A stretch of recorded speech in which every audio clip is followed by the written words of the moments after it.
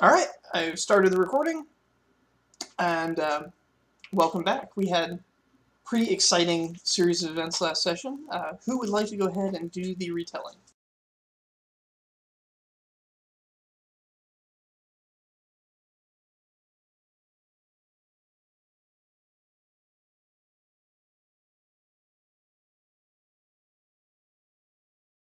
While you guys are thinking about that, I need to go put Knott's party hat back on.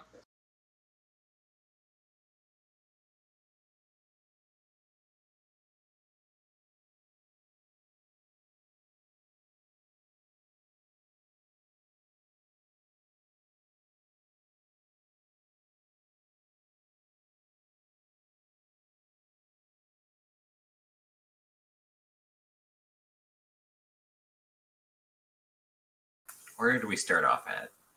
What's at the beginning of the trial? Oh no, we were just in the house, right? Yeah, we were investigating like Lady and Lord Dakakamas, and yeah, like didn't Lady we kind of flipped Lady Takakamas on Lord Takakamas, right? And then, but then I think Draven like found evidence that she was actually the mastermind. I think it was all you guys. Okay, maybe it was us. Oh, yeah. Well, it's part of it was you because you noticed. Oh no, I think it was no. Yeah, I think it was Nergui and I both Yeah. did checks, so I guess it was like some combination. We figured out that a lot of the Lady Takakamas had basically been framing Lord Takakamas, or just kind of making him seem more prominent so she would seem less prominent. And then Nergui like basically bluffed Lady Takakamas into believing that he was a senior member of whatever order she's in. She kind of freaked out. And then we went back through their ledgers. Once we like decoded their ledgers, we revealed that like up until 20 years prior, I believe somebody else had been running all the experiments they were doing with the drug.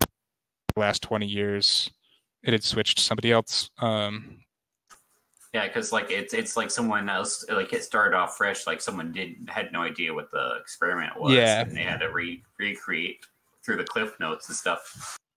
Yeah, so what we can as I recall, like what we kind of deduced from that was that she had been running the experiments, and then instead she's now a subject of the experiments, which as a result of that, she has some very like low level psychic abilities that we were pretty much able to shut down. And there was probably Lord Takakamas that was running the experiments before, but after the whole, basically the same event that disgraced him when he basically got dominated by Gunther's mother, that was probably kind of the turning point where he stopped. Anyways, Akomi took a death potion. Basically, it was like a short-term death potion. So that the spirit speakers could speak to your spirit and kind of uncover the weird shit that was going on in Akomi's background and memory. And in doing so, we learned that Akomi actually was the alchemist that years back had traveled with the Lord of Jaipur and the Lord of Hypo and the dead spirit speaker who Hypo killed. But for some reason, your aging process has been slowed down such that, like, yeah, you've been around for 60 plus years, but you look like you're in your 20s. At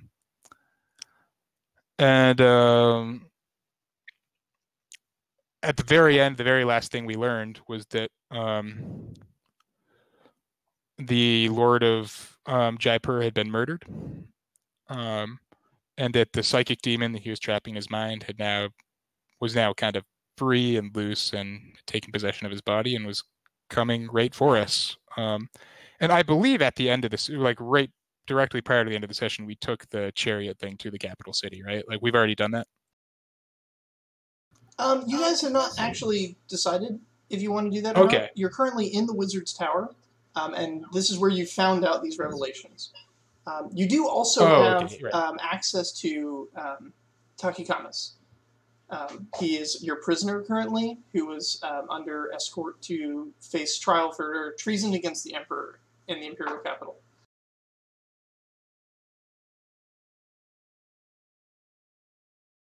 He's not privy to your conversations because he is a prisoner and does not have the privilege of having recent news told to him, but he is available if you have questions. Also available is Sis Ju, who is the prosecutor. She's coming with you guys. And I think that's just about it. Radico and his crew headed back south with Autumn Flower to take her...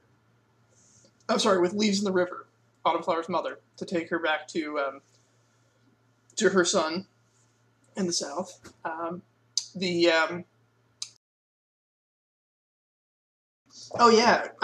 Guard Captain... Yimbeche. Yeah. Soim is, he left, actually, as soon as he heard news that Hypo had killed his family. He took off to the south to try and deal with that. So he left even before Radico and his crew. And he left on a riding cat, so he's hauling ass. Yeah, that makes sense. Yeah. The news that Hypo had made it to Jaipur and killed the Lord of Jaipur, and then melded with the demon that was there in Jaipur's mind, is a strong indicator that whatever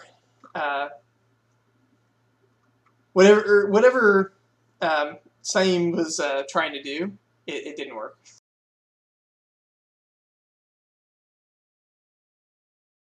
Yeah, I was curious. So that demon is psychic, right? All of the information that you have has referred to it as a psychic demon. Well, at least all the information that Heldren and Draven have referred to it as a psychic demon. The word from the Lord of Jaipur before he was killed, he said that it was called the Eater of Names, and that if it defeated you in combat, then everyone you'd ever known would forget your name and face. So it already killed you once.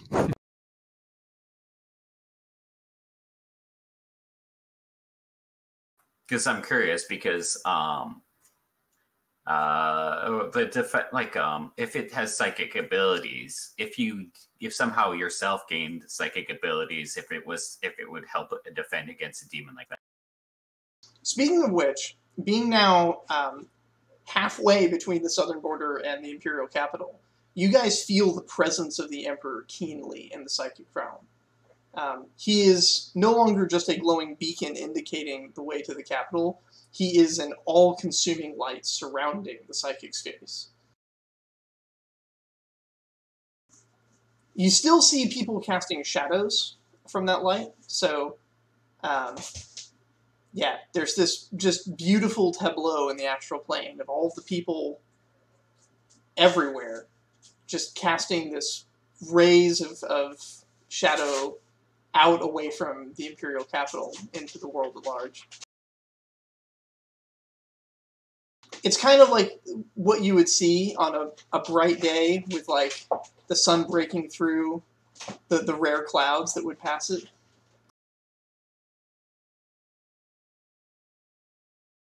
It reminds you in some ways too of being in a forest where the sun is being obscured by leaves, but it still pierces through in most places.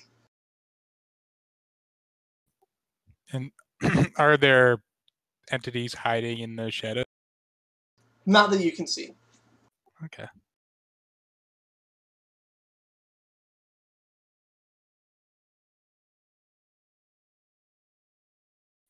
So we're basically determining now whether or not we want to proceed to the capital, right? Right. So the spirit speakers believe there are two here. One of whom would like to go with you. The other whom intends to stay here with the wizard. But the spirit speakers believe that that Lord Hypo, now possessed by the demon, is pursuing the spear. And they insist that you need to take the spear to the Emperor the Emperor could defeat the demon. Okay. I'd like to speak to the spirit speaker that's with us. I'll say, so you can communicate with the spirit speakers back at the lodge. Yes.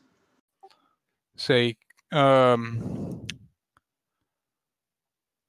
considering whether or not it would be prudent to free the spirit that we've got trapped in my old room in the lodge. There's very unlikely he's still trapped. The lodge is scattered. Okay. Says the few who survived Lord Hypo's attack have taken Lord Jaipur's wife and child into hiding in the mountains. Okay, good.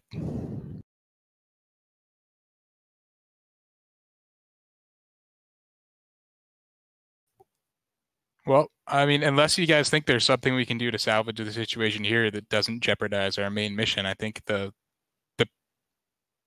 necessary move here is probably to proceed to the capital and get that shield. Yes, and also get figure out all the stuff about the demon because the reason we were talking before about if we were going to stay here or not was because if we stayed here, we could get great rest, but I think we'll do well once we get to the capital. I might be able to rustle up some stuff to get us fully hailed. Yeah, this Wizard's Tower is really posh. This is like a major diplomatic stopover for flights, so like the bedding here is amazing. This is a really nice, it's almost Faythen'oc level in terms of its niceness.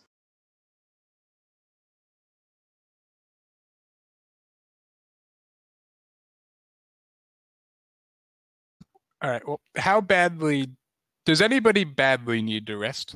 Like, is I think just by kind of quickly surveying the group, it should be pretty evident whether or not if anyone's like kind of running on fumes. I'm doing fine. I think I'm okay. I'm all right. Akomi, do you badly need to rest? I do not as much. All right, so what do you guys say we forgo resting here and just depart for the capital? Sounds good. All right, you are joined by one of the two spirit speakers who wants to stay with you to report your progress to the other spirit speakers as you travel. The wizard casts his spell, renewing the levitation of the primary carriage. It's explained that the wizard needs to concentrate on the spell for the entire duration that the carriage remains in flight. He says it's not really like a challenging concentration. He can even maintain it while he sleeps, but it's really important you take care of this because if anything should happen to me, the carriage will fall. Yeah, so basically he can maintain it through sleeping, but not through, say, dying. Correct. All right. Well. His apprentices cast fresh flight spells upon the cats, and the team of 12 cats under the reins now pulls forward. All non-essential personnel have been taken off of this, so all of the traveling scholars and other diplomatic personages that were on their way have been expunged, and it's just you guys. Sis Jew, because no one dares kick her off, and her prisoner, Lord Takikamis. And what's the name of the spirit speaker that's with us? I haven't given her a name, but let's come up with one.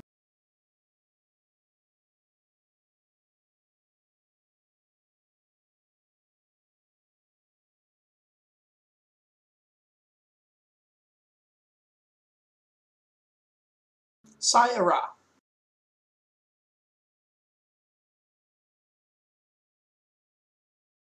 I'm spelling it SAI-ARAH. Just in case anyone cares. I don't think I've actually spelled out anything else for you. Yeah, I think for every person you've named, I've just kind of, in my notes, I've invented a spelling that I'm sure is way off in pretty much every Well, to be fair, no one has introduced themselves in writing to you. They've all introduced themselves verbally. So your notes are equally valid no matter what. Yeah. I mean, except like Leaves on the River. I definitely nailed that one. It's actually spelled with 2 E's, not EA. Yeah. You probably come to grasp the implication when somebody has a name that's not a description of something. It means that they're a highborn. They're born of a noble house or noble family.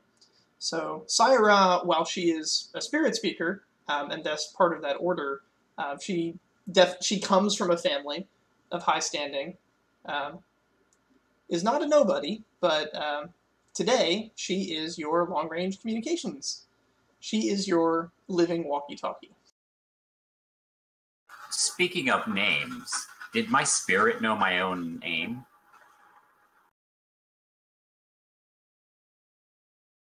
I mean, you had the same name in the past, right? Your spirit did not know your name, no. Okay, so the only other person I probably would know would probably be the demon. That was a really good question, though. I had to check my notes on that.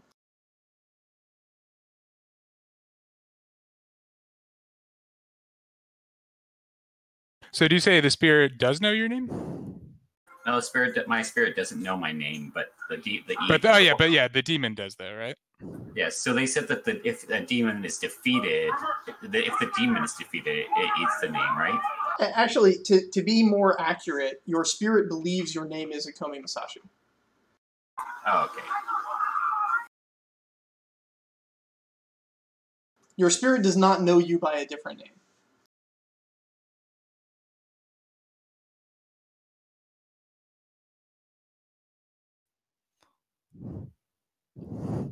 I'll say, Akomi, if by any chance you have any means of like pre-preparing a tea or something that would aid us in a psychic battle,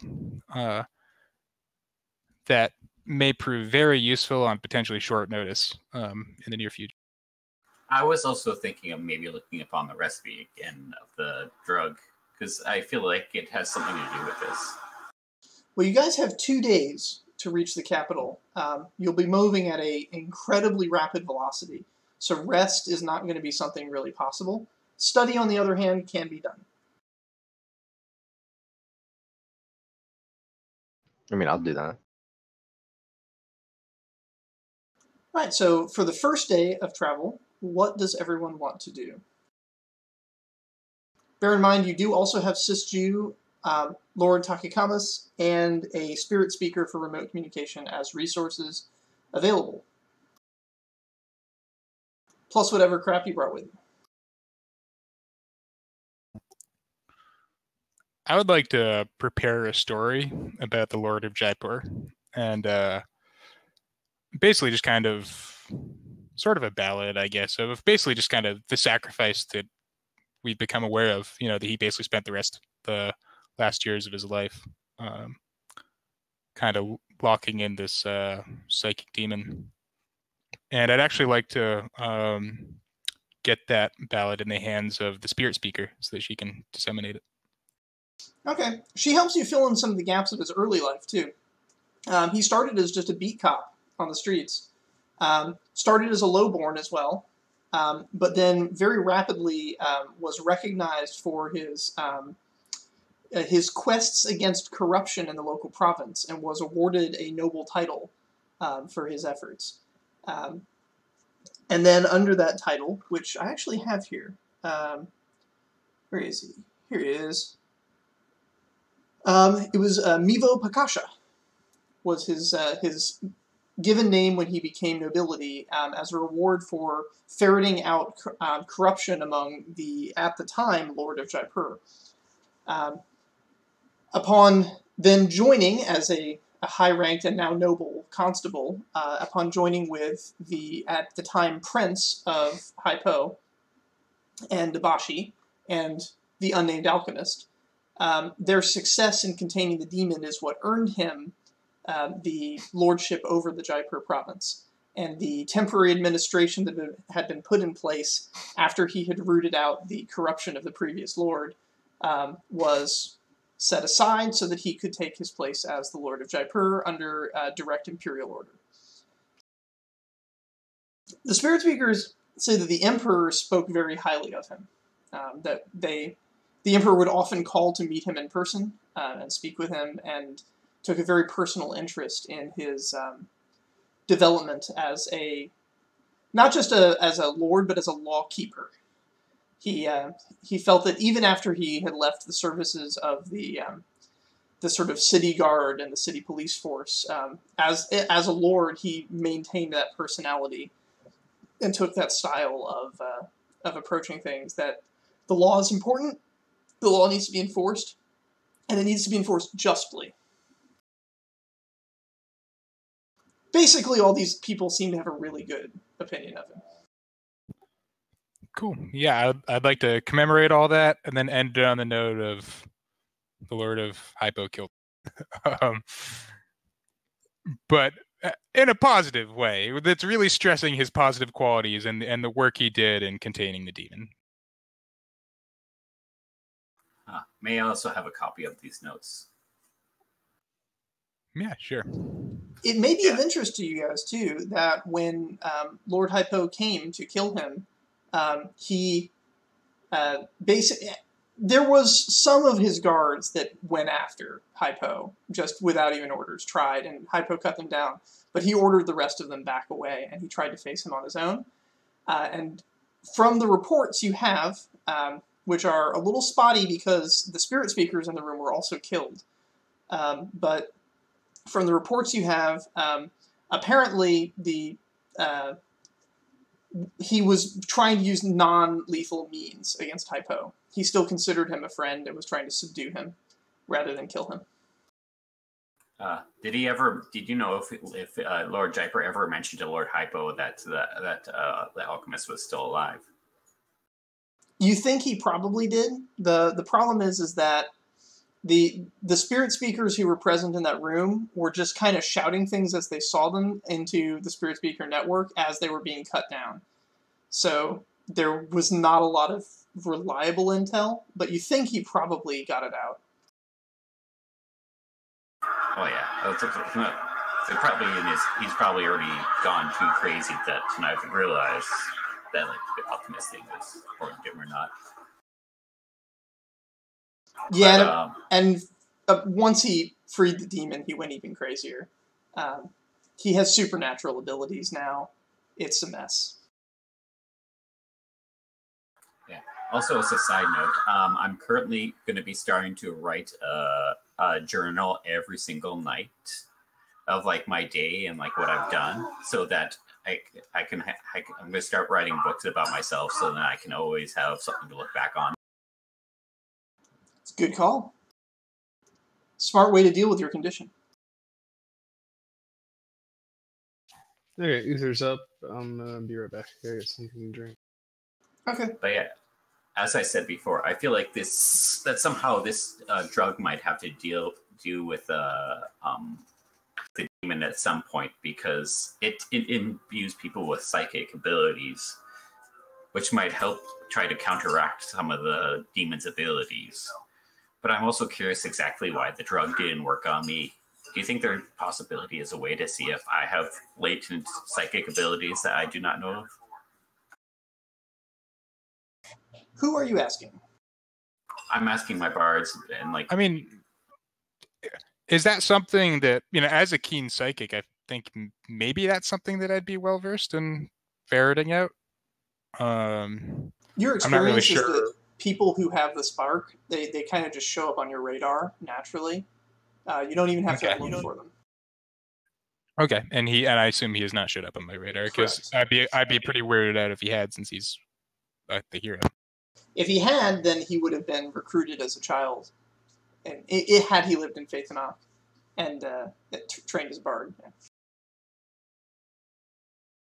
But as this was not the case, because I was not born in the land of the Faythen'oc.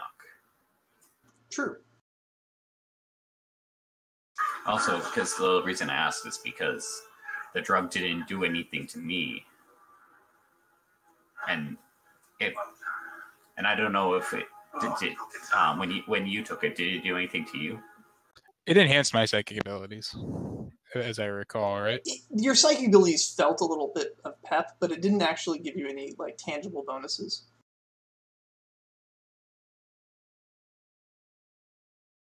Think of it like a mild caffeine buzz. I'm on a mild caffeine buzz right now, so sure.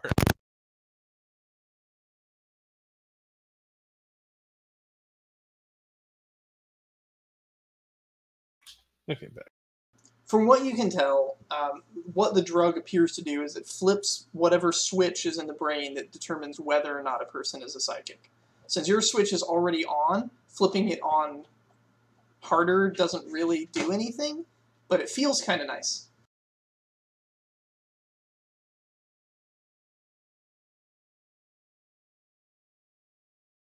And there where it definitely did switch it on, because we had to basically block his whole psychic awakening. Yes. And it appears... Your sound just cut out. So it appears that Akomi isn't that, right? Yeah, so Akomi doesn't match any of the other case scenarios that you've encountered.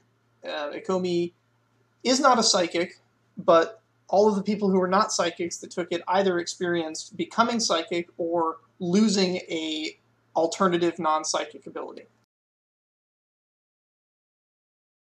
In the case of the spirit speakers, they had a different ability. It wasn't psychicness, but that ability was counteracted by the drug.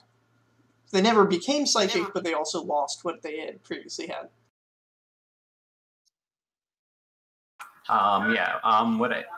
Since I actually went through the notes, went through the original recipe notes and stuff, would have there been the cliff notes that I would have seen that I would have helped me find out exactly what it does?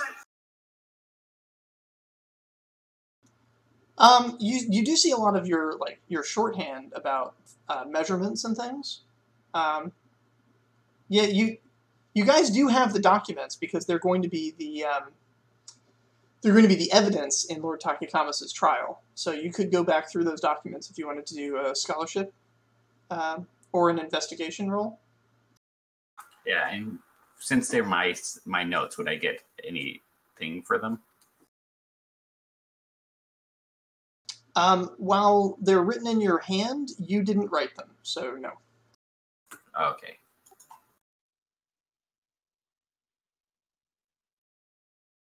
Scholarship and focus. And again, Lord Takakamas is here. He's just locked up in a room. Basically, like a closet in the back of the flying chariot. I was going to say, how big is this chariot, actually? It's a double-decker. So think of like one of those double-decker buses or double-decker airplanes. So yeah, so it's pretty wide, English bus. and then there's another level above it. Both levels are indoors, so there's also you can step out. The only exit is at the front, where the apprentices drive the cats. The rest is windows. There is space on the top, but because of the speeds you guys travel at, it's not advisable for anyone to go out there, and there really isn't a good access point.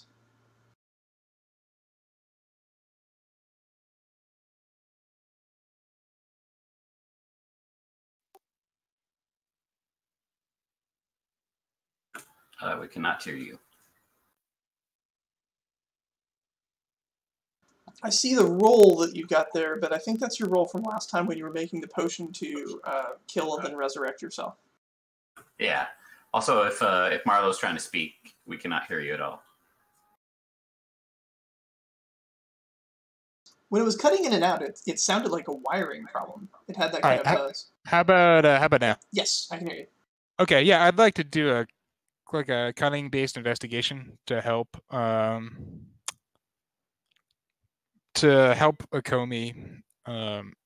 decipher these notes.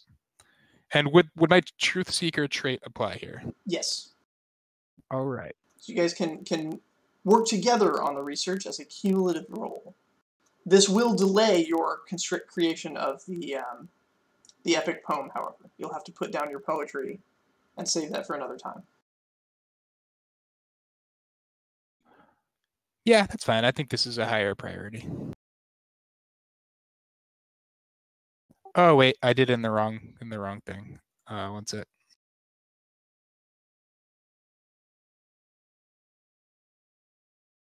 All right, so I believe that's 5 more dice that dice can roll, right? Did you roll that in session? Yeah, I rolled it in session. I did one in the chat, but I ignored that and just did it again. Ah, there we go. For some reason, when I start up session, it doesn't start scrolled all the way to the bottom. I have to manually do that. Okay. All right. So Tice got 3. You got 5. Total of 8. You guys keep circling back to the fact that the servants were being referred to as test subjects, and at first you thought they're test subjects for the substance, but then long after the substance was perfected, they're still being referred to as test subjects and given identical treatments. The thing that sort of dawns on you is maybe this drug isn't what was being tested on them. Maybe the drug is what was making them into viable test subjects.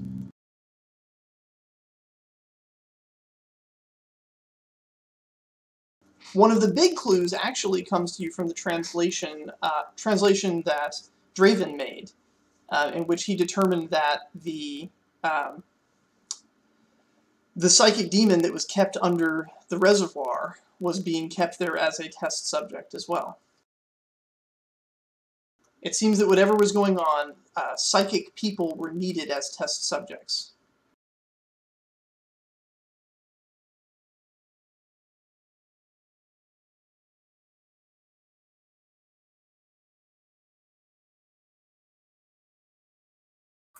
Interesting. So this is a way of testing to see if someone's a psychic.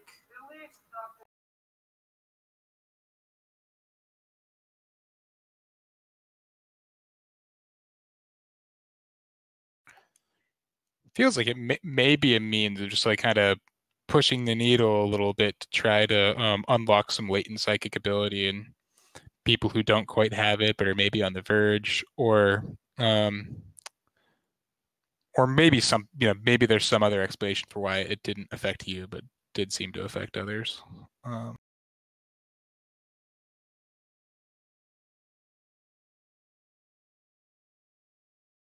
Did anyone want to ask the man who is accused of conducting these experiments?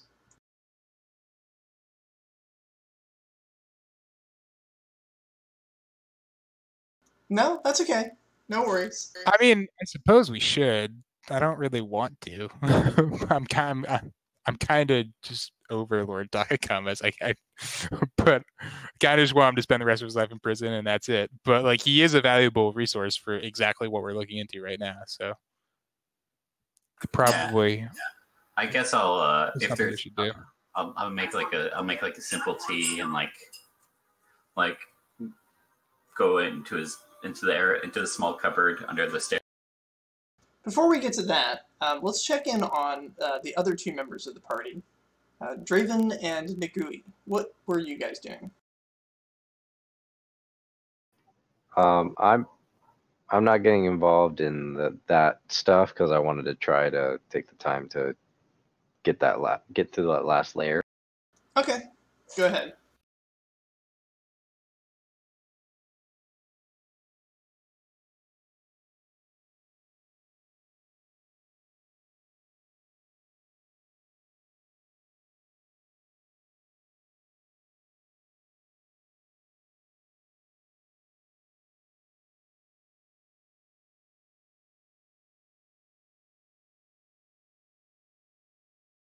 Scholarly pursuits.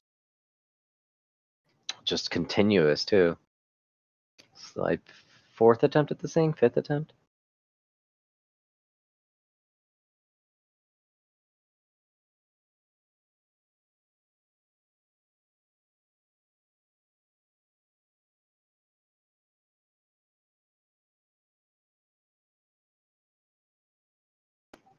4 successes. All right. You have not quite fully unlocked the last layer, but you've grabbed a couple words. What were the aptitudes you used here? I was using focus, so scholarship. Okay. So you have found the words weapon and north.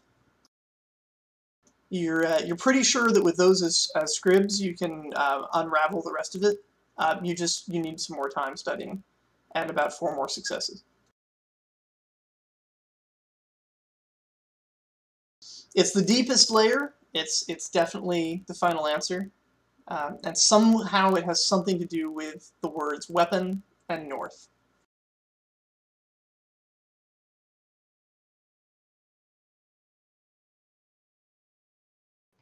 Okay. Nergui, what are you doing? We're in some sort of bizarre flying contraption heading towards the capital. That is correct. You are 2 days out from the capital. What would you like to do for the first day? I am sleeping. Okay. It's an incredibly bumpy, rickety ride with a lot of noise. I have no rest to recover. I just have nothing to do, and I literally give no shits about anybody in this balloon right now. So I'm gonna generally pretend to my lawyer friend that I'm super excited and interested. Feign that I'm a little bit airsick or something, and then read through some books. And at this point, I'm just trying to figure out where my next. I guess I'm going to find some rabble to rouse in the capital. Right on. I'm actually doing a little bit of reading and writing and practicing my handwriting and signature for my 5th personality, which I have not yet designed. Right on. All right, then. Back to the interrogation group. Sisju opens the door, says, ask him whatever you want. Please try to keep good records of it, because if he says something incriminating, or anything additionally incriminating, I would like to have a copy.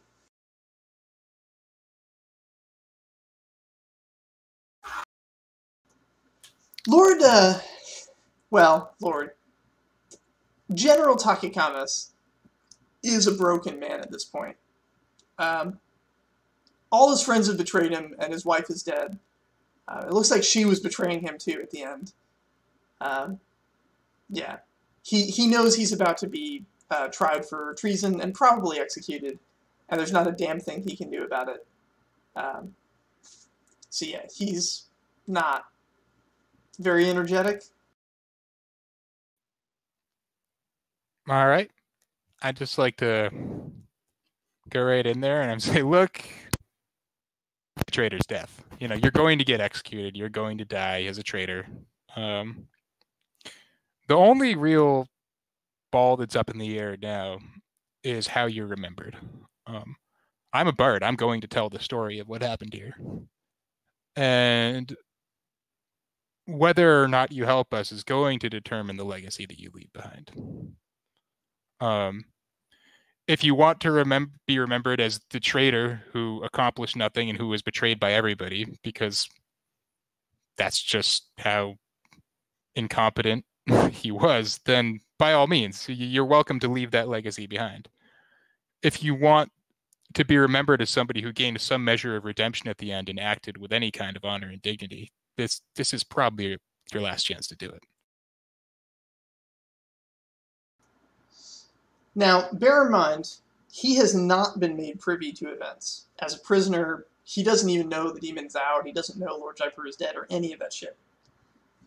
So from his perspective, he heard all that, and he just kind of raised his arrows. All right, what's your game? What are you up to? I want to know why you were running those experiments. I want to know what the potion was for, and how these strange psychic potions, what were you gearing up for? What was your aim, and what did it have to do with the psychic demon? He's kind of sighing. All right, so, I mean, the goal from the outset was to kill the psychic demon. We knew where it was. We knew that the Emperor had imprisoned it there. But we had a bard, much like yourself, getting us riled up, telling us it's going to get loose any day, and we needed a weapon against it. So he brings in this alchemist, fellow you got back there, who probably doesn't even remember any of this shit. And, well, the guy's got this idea for a potion, pretty revolutionary, specifically designed to mess up people with psychic abilities. But, of course, how can you test it if you don't have anybody who's psychic around? So my wife gets this idea. It will just make the servants psychic and then test it on them. And, yeah, I should have stopped her, but I went along with it. And, well, you know, I mean, eventually he made the potion. Didn't end up having exactly the properties he wanted, but he turned his own mind into a trap. Demon tried to go in, got hit by the poison that he put in his own brain, and it wrecked its face. Of course, the poison hit him too. Hit him hard. And didn't quite kill the demon, just knocked it on its ass. Maybe it was a success, maybe not. Of course, those heroes he had rounded up, they took the brunt of that, but they also got the brunt of the rewards. And we in the background didn't get shit. But province was safe, you know. I figure problem solved, except that this crazy-ass alchemist then just, like, starts going off. Like, he doesn't even remember we succeeded. He's got new ideas. He's got new ingredients. He wants a Faythen'oc child as one of his ingredients. I don't even know what was going on. And then he wandered off. And the frickin' bard wanted to keep with the plan. Actually worked out a way to try and kidnap a child. Yeah, that did not go well. Do you recall either of their names, the bard or the child?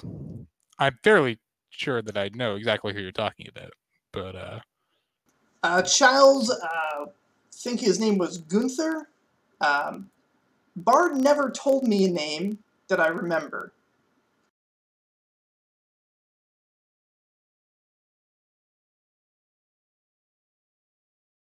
I always chalked it up to some of that secret organization shit that my wife got up to. Figured she was one of his.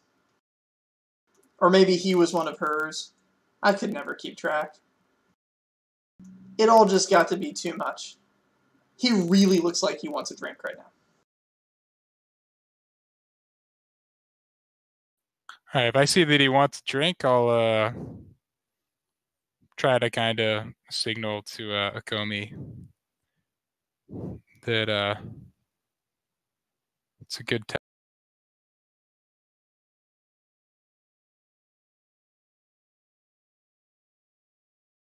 He most likely wants the drink to erase his memories.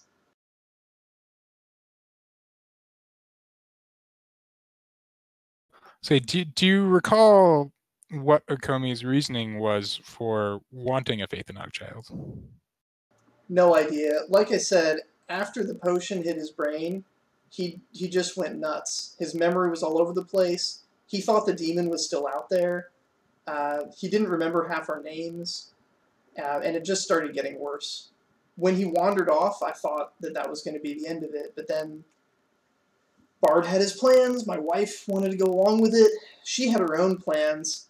Some anti-imperial stuff that's no doubt coming up in this court case. Huh. So in order to discover this information, we'll likely need to defeat the demon. Well, you've got the man who invented the weapon to use against it right there. If you can get him to remember how he did it. Yeah, and then I'll just kind of psychically, I'll just kind of think in Draven's general direction. And we also have a spear that, if I recall correctly, it's anti-spirit, but it's not anti-psychic, correct? Correct. Like it's anti-spirit speaker because it's life magic. Right. It's anti-entropy of all forms.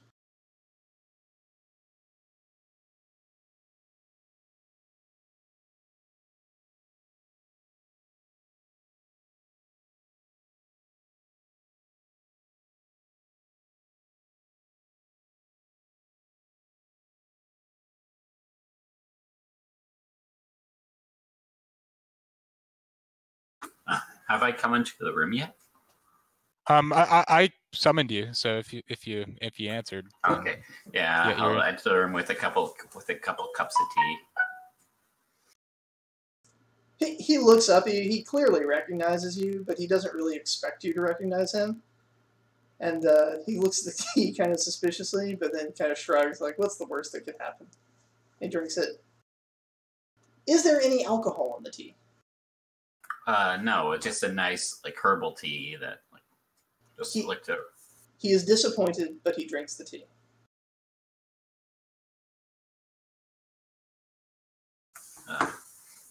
Speak of alcohol, I will be right back. I'm assuming that we've met before. Says, yeah, we have.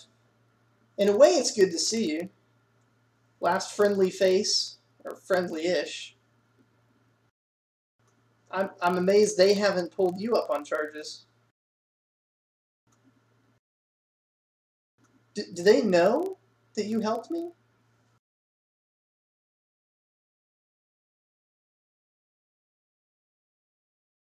Well, I think I've just learned a little bit about this myself. I do not know. I myself do not know much about these lands. In my head, I was born and raised in the Faythen'oc lands, but according to my spirit, it says otherwise. He just kind of rolls his eyes. He goes, "Yeah, there he goes, babbling nonsense again."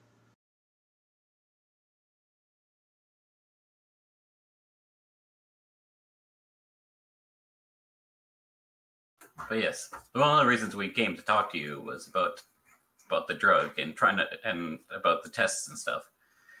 Because we need to figure a way of actually stopping the demon since it's now loose.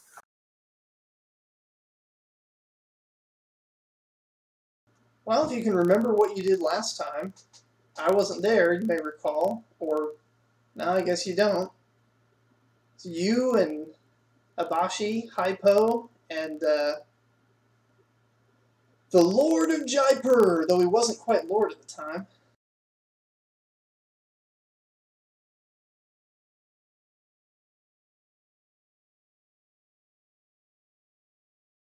I see. Was there anyone else that was significant of the group that might know something? You know, someone that like was very connected to the four of us? Well, that bard seems to know what was going on with you guys, but I don't know if he actually stayed with you as part of your group. I imagine not, since all the stories and all the paintings are just the four of you.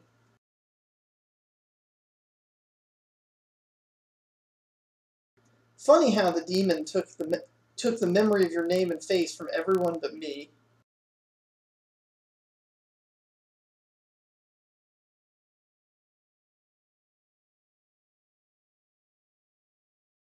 I wonder why. Do you think it might have done something with the tests? I always figured it either I got some accidental exposure to something helping you out, or my wife slipped me something, knowing more than I did. She remembered you too.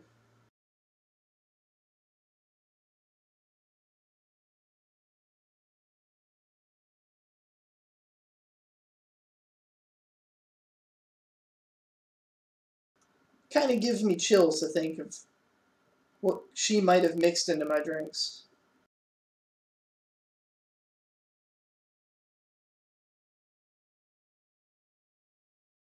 Indeed. It's a waste of such good drinks to mess with them with weird ingredients and such. But yes, trying to think of what else we need.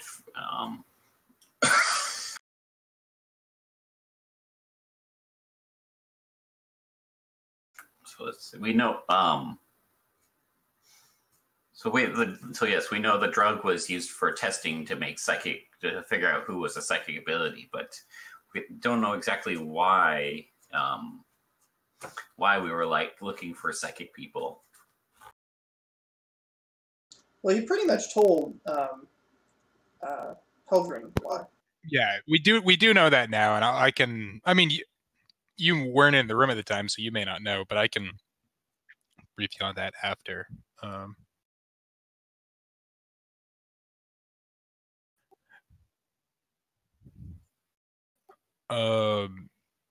Yeah, basically they were trying to suppress psychic talents, but in order to do that, they need to have test subjects, which meant they needed to unlock psychic abilities in their servants, so that they could test their ability to suppress psychic abilities. And I believe that ties directly back into how they trapped the psychic demon as well. He goes on to explain, so after all that went down, my wife figures there's actually a use for something that can make a person psychic temporarily for more than just researching anti-psychic weapons. So we keep up the production, but we never figured out how to make it large scale. Anytime we tried to use any workbench other than yours, it didn't come out.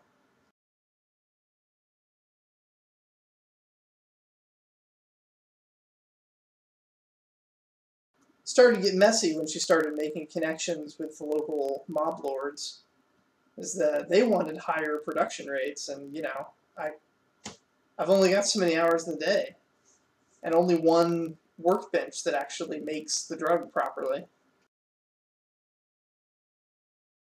We tried cutting it to get more out of the small amount we could, but that didn't really go over so well.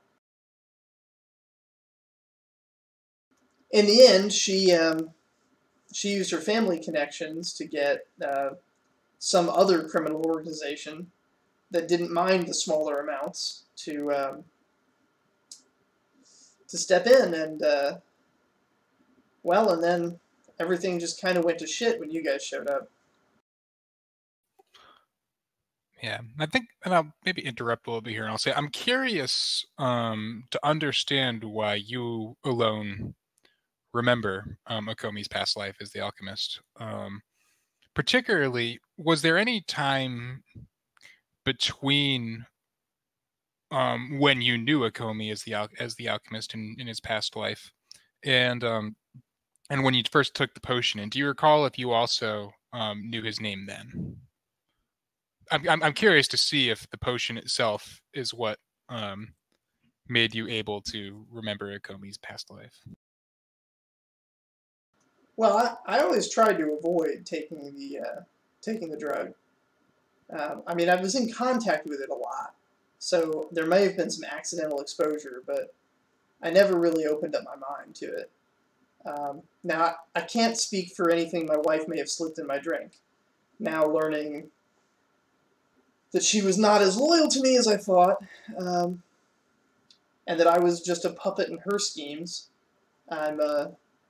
I'm no longer really sure of myself. But no, I really don't know why she and I maintained our knowledge of his name. Okay, do you think it had something to do with the psychic from the drug if she had slipped it into your thing? He sort of rolls his eyes like, yeah, but the servants all forgot. We had them hopped up on that shit way more than anybody else. So, do you recall having any interactions with the psychic demon directly? Oh, hell no. I'm a military strategist. I know way better than to involve myself in a conflict like that. That's grunt work. That's why we sent the famous four. Let them take the hits and take the losses. Generals stay in the back and give commands. Say, fair enough. After the fact, did you ever speak to Ibashi or the lords of Hypo or Jaipur, did you ever let them know that you actually did remember the alchemist whose memory they had lost? Or the memory of whom they had lost? No. We, I say we. Really, it was my wife and that bard kind of decided that, especially with, hold on, let me get his name. Especially with,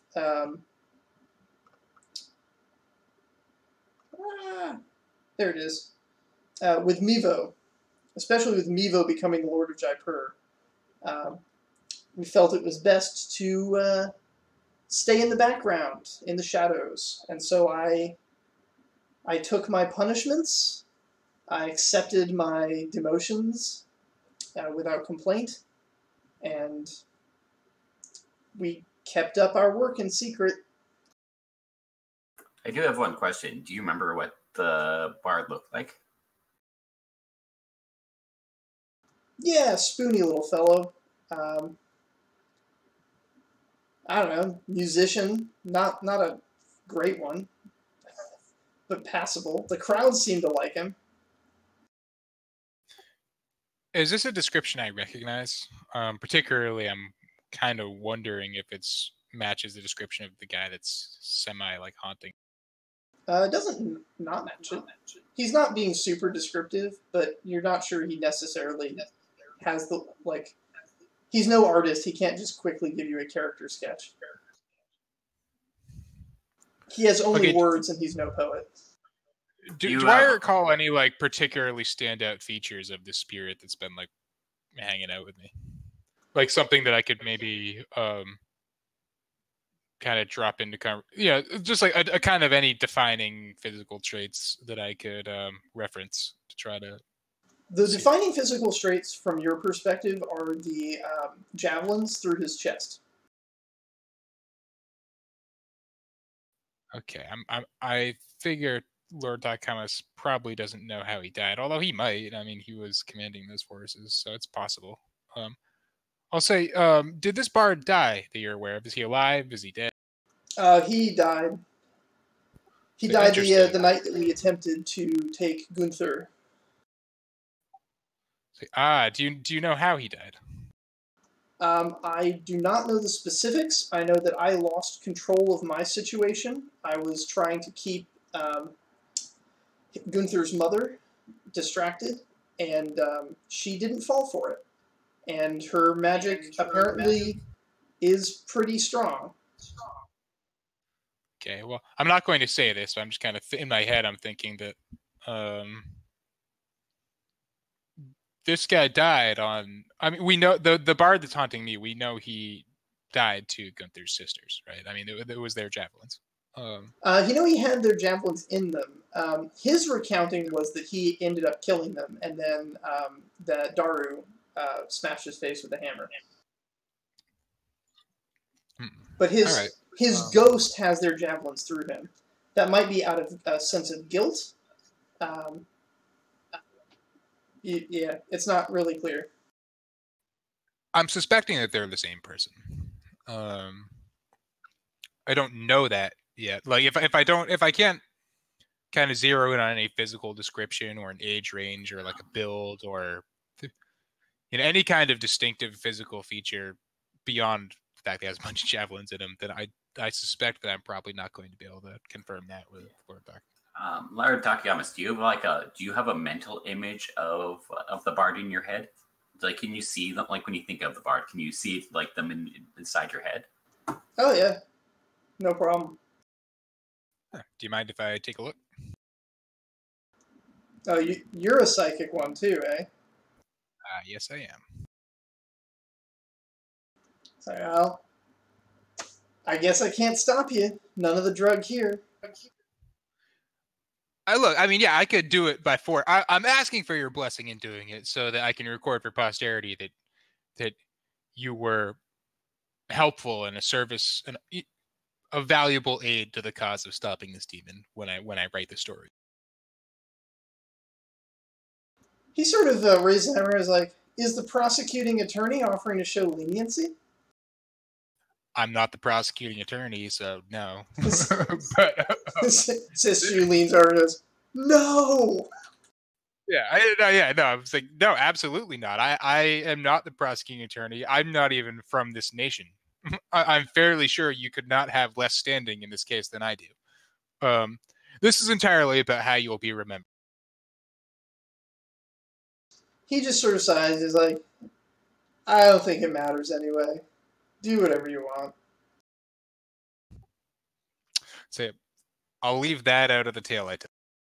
I'll say that out of a solemn sense of responsibility to your people, you consented. Go ahead and spend your point if you're gonna go into his head. So is that just a psychic, or is that just a potential roll? You don't really need to make a roll. Just tax your whatever it's called now. I can't remember if it's endurance or stamina. Endurance. All right, how much should I tax it by? Endurance is the default one. Stamina is the potential related one. Yeah, either one. Either your endurance or your stamina. Or your potential if you want to. But yeah, it's just one tax to access his mind. All right, I paid that in stamina. His defenses are in tatters. Even the natural defenses that a person just naturally has are just shreds blowing in the psychic wind. This guy is truly a broken man. He would probably be the easiest target to dominate and manipulate. And these scars run deep. Somebody's been going to his head and messing with him for years.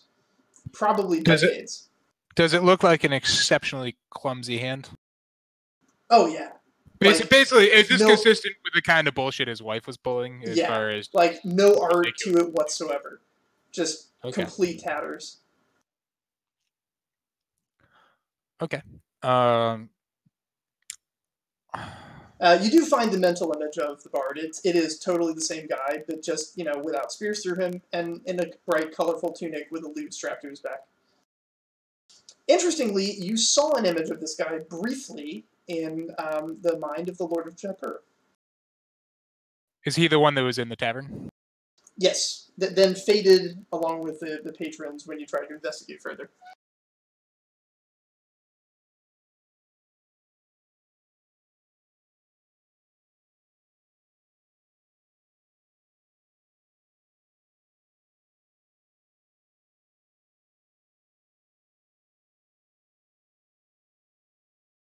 Okay. That's while I'm in here, I might as well poke around, right? Yeah, it's not like there's anything stopping you. Yeah. So I'd like to kind of try to push my way back through his memories and try to see how much I can glean as far as his experiences around the time that the Daru died. When the demon was imprisoned and in Akomi Masashi's past life. I want to firsthand observe as much as I can. Okay. You get to see some versions of Akomi Masashi that you hadn't seen before. Versions of him not really obsessed with tea at all. And, working alongside him and his wife, just getting the project together. He's full of energy. He's really enthusiastic about stopping this threat. And then the threat stopped, and he's not really sure why they're still doing the research. It's basically the way he recounted it. You're just getting a little more emotional detail. You get the sense that when they're planning the attack on Daru's household, that he's sort of compartmentalizing, that part of him really doesn't understand why they're doing it and doesn't think it's tactically important, but then the part of him that is a tactician and commander is focusing on how to do it, since the order was given, so to speak. You also get some more details about his relationship with Moon in the Rain and the crime lords, and his wife, her family is involved in some kind of anti-emperor secret society. that he doesn't know a lot about, but that was sort of brought in to put the local crime lords in check. She made some calls. She wrote some letters to her sister, and got some people to come in to do some strategic killings to prevent the crime lords of Jaipur province from demanding too much from them in terms of the drug. She also orchestrated getting a lot of the drug shipped in from different provinces that produce it, including her own home province, which is a major manufacturer of the initial drug, as they have lots of open fields amidst forests, so that there's lots of places to hide the flower fields that grow it.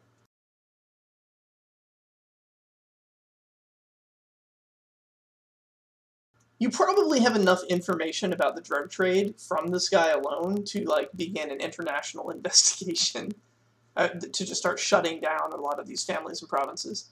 What you choose to do with that information is up to you. I'm going to relay it all to Nerguli and leave it up to Nerguli whether or not to tell Sishu, because that's a whole world that he operates in and I don't. So, but I won't do that now. I'm gonna carefully listen to all the evidence and information that you give me. I'm gonna file that somewhere, and then I'm gonna promptly All right.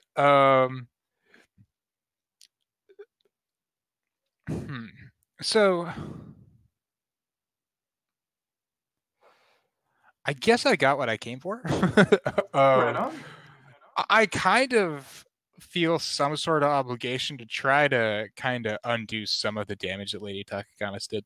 Just try to restore some kind of dignity to him. Okay. Not enough that he can... It's tough, because I don't want to, like, make him more... I mean, whatever. In the trial against the Emperor, he's fucked either way, so I don't really care about that. So yeah, you know, I'll kind of try to just rebuild him as, like, a functional human being, just so he can at least die with some dignity and understand what happened to him. Okay, go ahead and make your roll. This is just your potential as you attempt to perform psychic surgery to help restore this man's natural sense of self-worth. All right.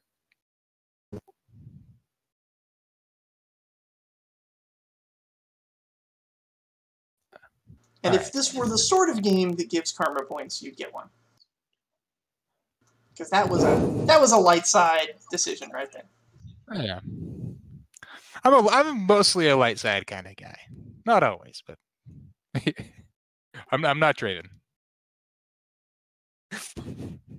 Draven would be like, I want to finish breaking him. I'm any month. Which one's bad? Yin or Yang? I can't remember. Yeah. He's like, anyone's bad. If he's 98% broken, Draven just wants to push that last 2%. Yeah, you want me to come in now? Nah. I mean, I can't, you know, if you want to, you can, but... As you're rebuilding, you get the sense that there is somebody else in his mind. Do I get a sense of who that is? Or can I push further to... You can, if you want to. I'd like to try to... My character's current view is basically like, oh no, a slave owner's had a really bad day and got a bad rap and is being brought in for crimes that he didn't commit. That's so... Yeah, I mean, I think we're probably of a similar mindset where it's like, yeah, it's a slave-owning nobleman who killed Daru, like, or who participated in killing Daru. Like, we're no friend of his. I would like to know what was so important. Like, I would like to know what was so important about getting Gunther that they were willing to kill Daru and the whole family over it. I feel like that's probably the last piece of the puzzle that we don't really know, and that I probably need to know to accurately inscribe the shield. That's something I want to know. I'm not sure that Takakamis is in a position to fill in the blanks there, but I suppose I should look.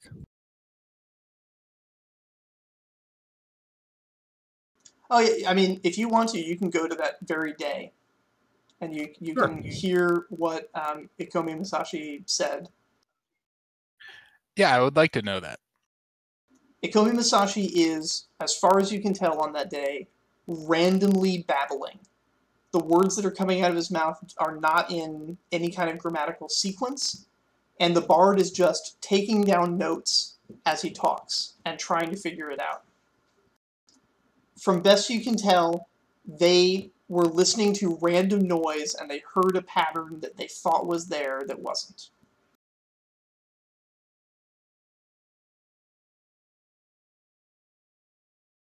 It is kind of disheartening to hear him talking that way too. Like, clearly his mind is broken. You can't get into his mind through this memory, but you know enough about people as a bard that, like, he's basically just had a stroke and just random shit is coming out of his mouth.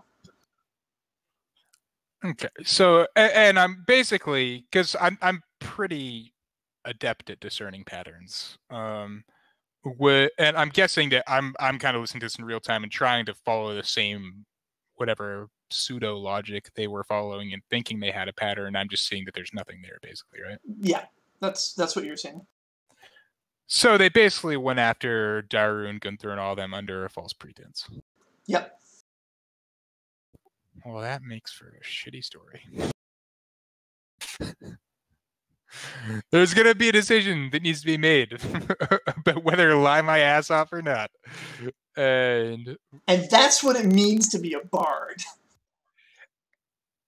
And I don't think I have it in me to lie. At least about this. I mean, you can pass that over to me. I'm pretty good at that sort of thing. I don't think I've told the truth this entire campaign, so...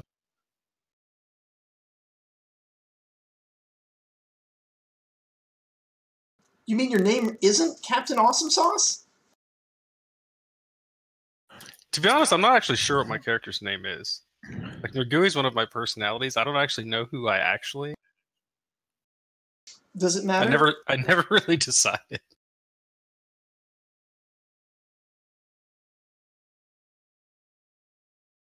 But yeah, you sense there's a second presence in the mind, and as you move around repairing it, you can feel it's mostly staying kind of the opposite side of the mind from you, but not like actively avoiding you.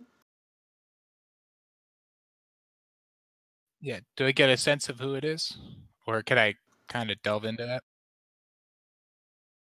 It seems bright. Bright like the Emperor? Bright like the Emperor. Okay. I'll just kind of acknowledge his presence. Okay. You encounter him a couple times. He's basically helping with the repairs. Okay.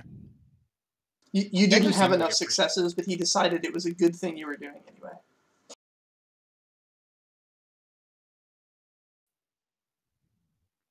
Okay, and I'll just kind of send out a message being like, hey, if he's going to be tried and executed, he might as well be intact. You don't hear words, but you just feel compassion. The same way you used to feel emotions flowing through the Faythen'oc network, it's just raw compassion in quantities you've never experienced.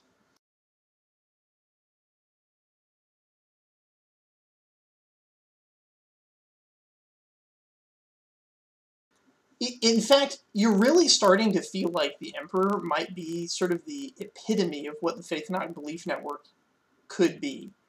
That he's like some kind of nexus where every positive emotion is just wound up into an infinite white hole of just all emitting radiance. Yeah, it's weird. I spent all this time preparing him to be like this sinister presence is really hard for us to move undetected from. But like every interaction I've had with him seems to suggest he's a solid dude. So yeah.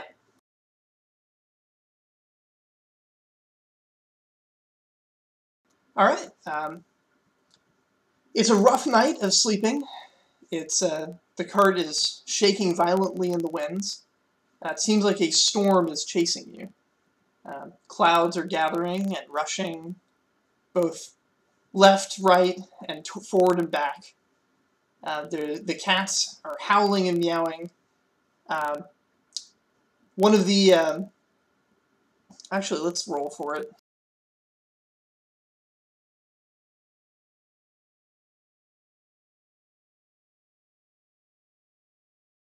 Oh, never mind. None of the apprentices fall off trying to keep the cats afloat. That's a damn lucky roll for them.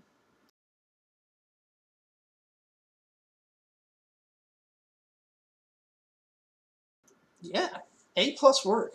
That's right. And so, dawn of a new day. What would everyone like to do? This is the last day. At the end of this day, you guys should be arriving in the capital. In fact, even on the horizon, like, it's pretty clear even to the non-psychics that there is a very large structure up ahead. Nergui, have you ever been to the capital? I have not. I've been up north. That's the furthest. I mean, I'm from up north, but and I've actually been to Corallant. That's actually not a lie. So I've been along the sort of the coast in the Sea of Rains, and I've been into sort of the northern provinces, but I've never been. Okay. Yeah, this is on a scale that none of you have ever really seen. Even though it's far away, like the rest of the morning, afternoon, and yeah, actually, you should be arriving like right around sunset. But even with all that distance, there still is a speck on the horizon that's visible as not wilderness, not the road, but a thing, a city. For those of you with psychic abilities, like the brightness is getting a little intense, almost uncomfortably so. Even though it's all kind of good vibesy, it's there's just so much of it that it's getting kind of hard to focus on your own psychic awareness.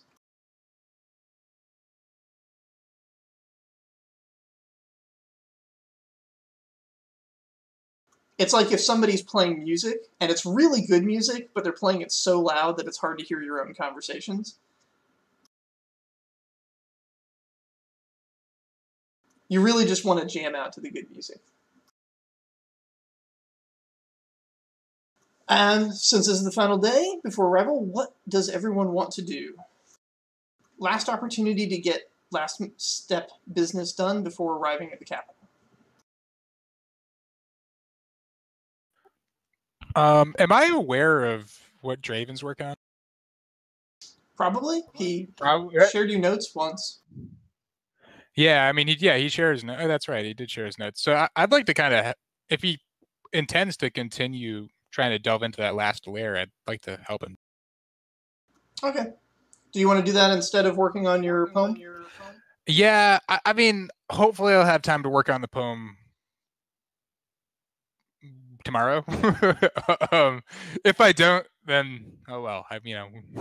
We lived well, but this seems a little more urgent.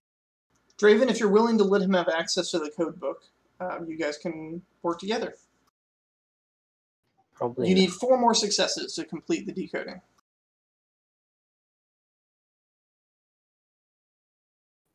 I mean, I'm not gonna let him see the code book. Like I think as far as he knows, I was given it a while, and then I was given that package like at the same time. At the same time that he was given the mithril. Yeah. I don't know that if he knows what it is necessarily. I'm trying to remember if I shared information on what it was. I think the only thing you've shared information on is what you decoded. Yeah, I think so. So I don't necessarily need assistance. It might actually make it harder for me. All right, cool. In that case, I'll just work on the story.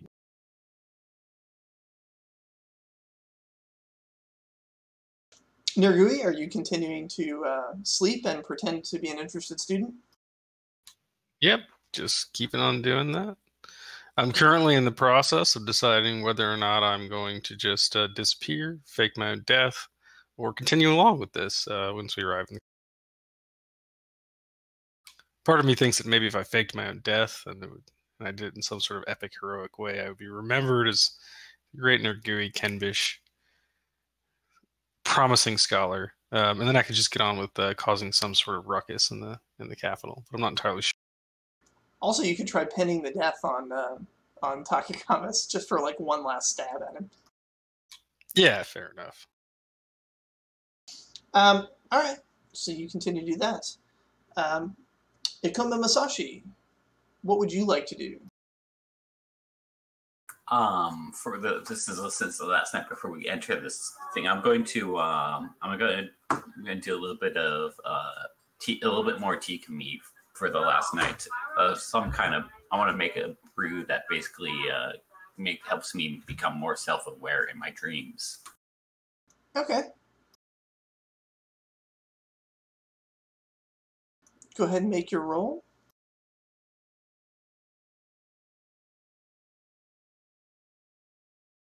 Will you be sharing this brew with the rest of your party?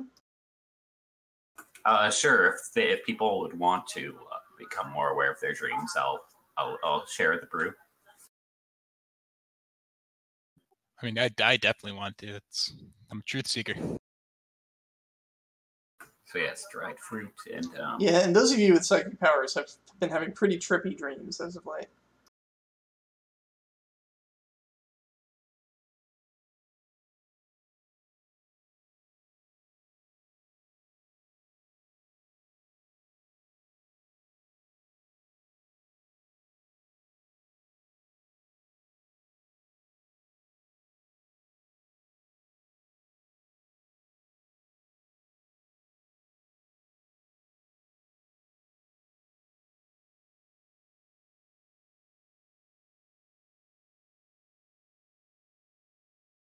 Are you using any supernatural ingredients or applying any supernatural powers to this drink?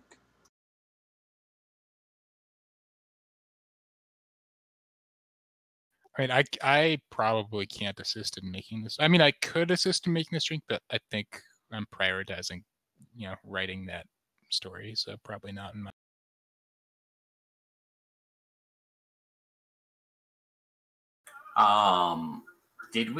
I'm curious, did we bring any of the drug as evidence? Yes.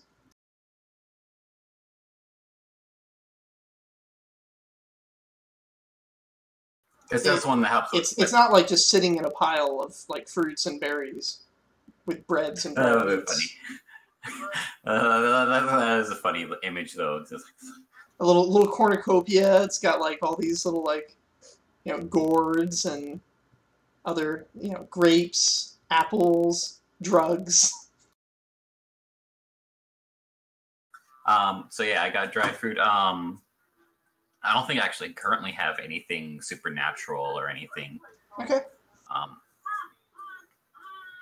So yeah, I think basically everything is just in pips, because.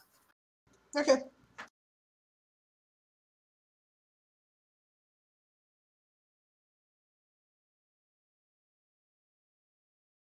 Jeez. All right, 8 successes. I'm going to take a note of that. And heck with it, I'm going to spend a survival to give everyone extra tips. If I can do that, right? Yeah, since you made food and drink for the party can recover some health from that. Or some tax. What's the total that they recovered? 4. Alright, so anybody who needs to can recover 4 tax. And Draven. What are you doing? I kind of know what you're doing, but let's see what happens. Yeah, I was just waiting to roll for once they were done with everything. So I guess we have enough time. I'm taking another crack at it. And just a focus attempt again.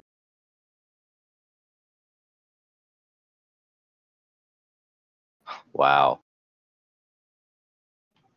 That's what I really need, Pip. Are you sure you don't want to share your code book with your friends? I think we're just going to wait to find out. All right.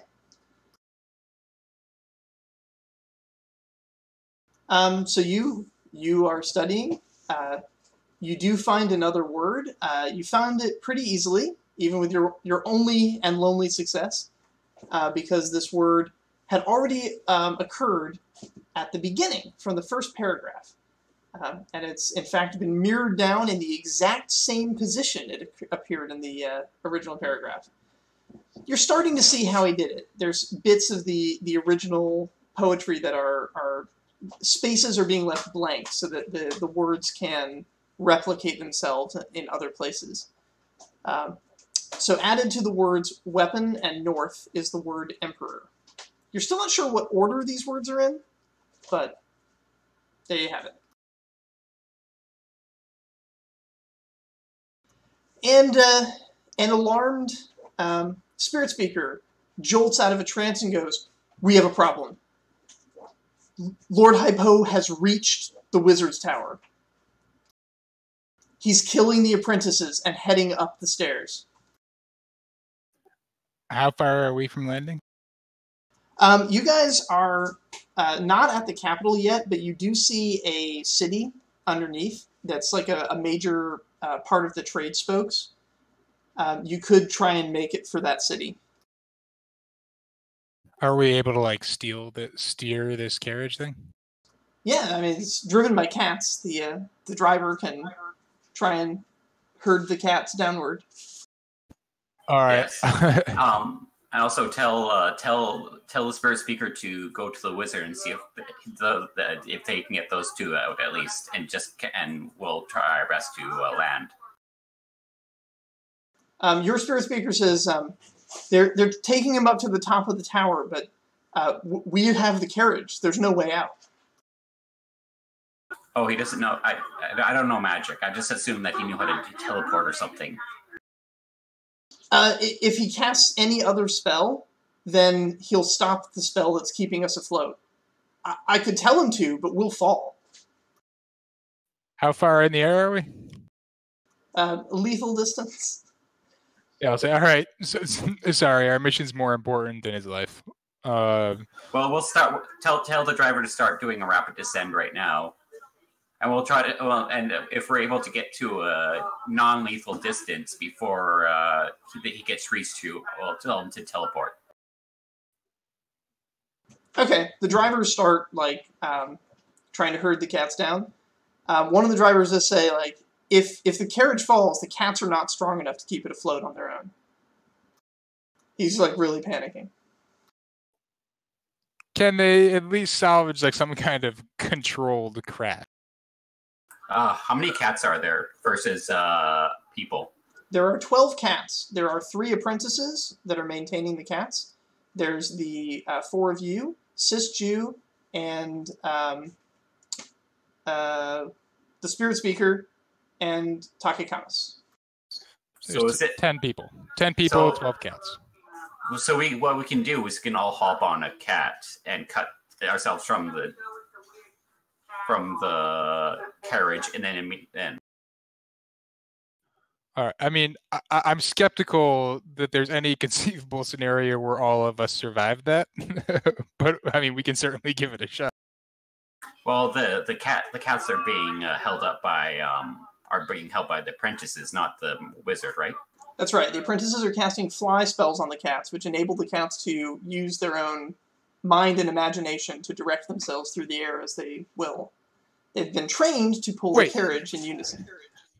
So are the cats functionally kind of heroes in this case?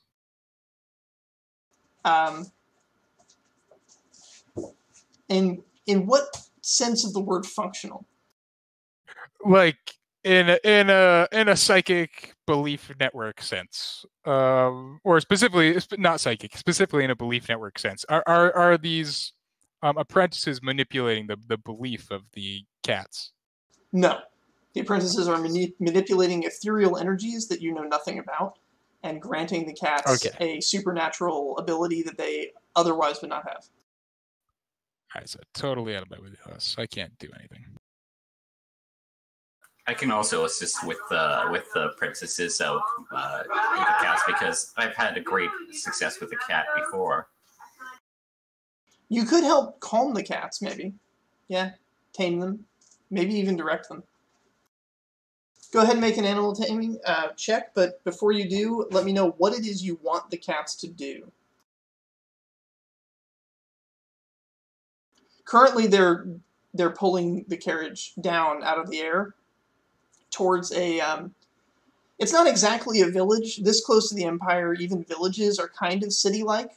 It's an incredibly well-developed, but rather sparsely populated point on a trade route.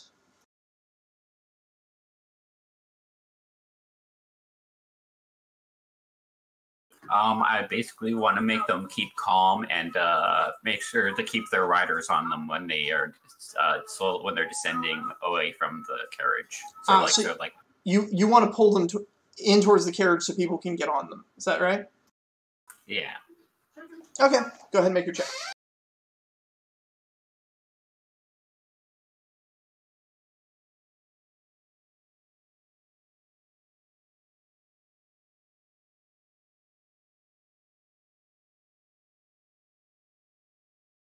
So that'd be empathy, taming. And then I'm going to be using omniscience because this is an important role. All right.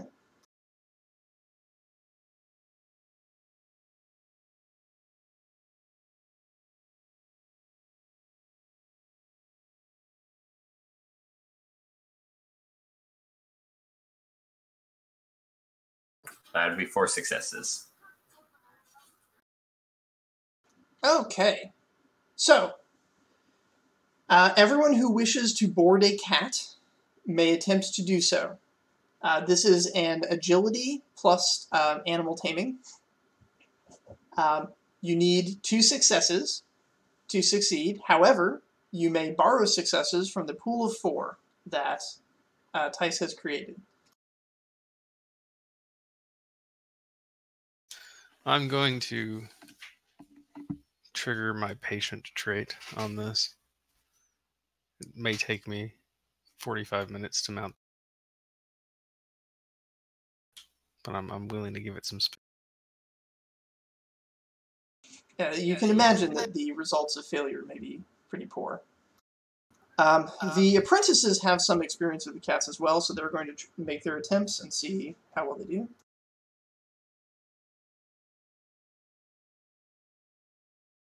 I believe in them.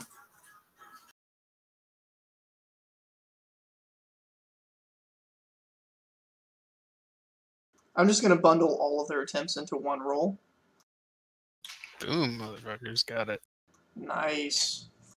Oof, that was clutch there. So I'm not currently eaten by a cat. Could my tattoo apply here? And I just like mount it so quickly it doesn't even really have a chance to react. It's just like I'm on your back. Because your tattoo specifically refers to athletics checks, you could clearly, and without much effort, vault over all the cats a great distance. I'll just advise you to. So we have 4 bonus successes among everybody. Is that what it is? Currently 9. The apprentices do need 3 of the successes to get themselves on board, but they've got 2 left over, so there's 5. I'm sorry. Hold on. 4, 6.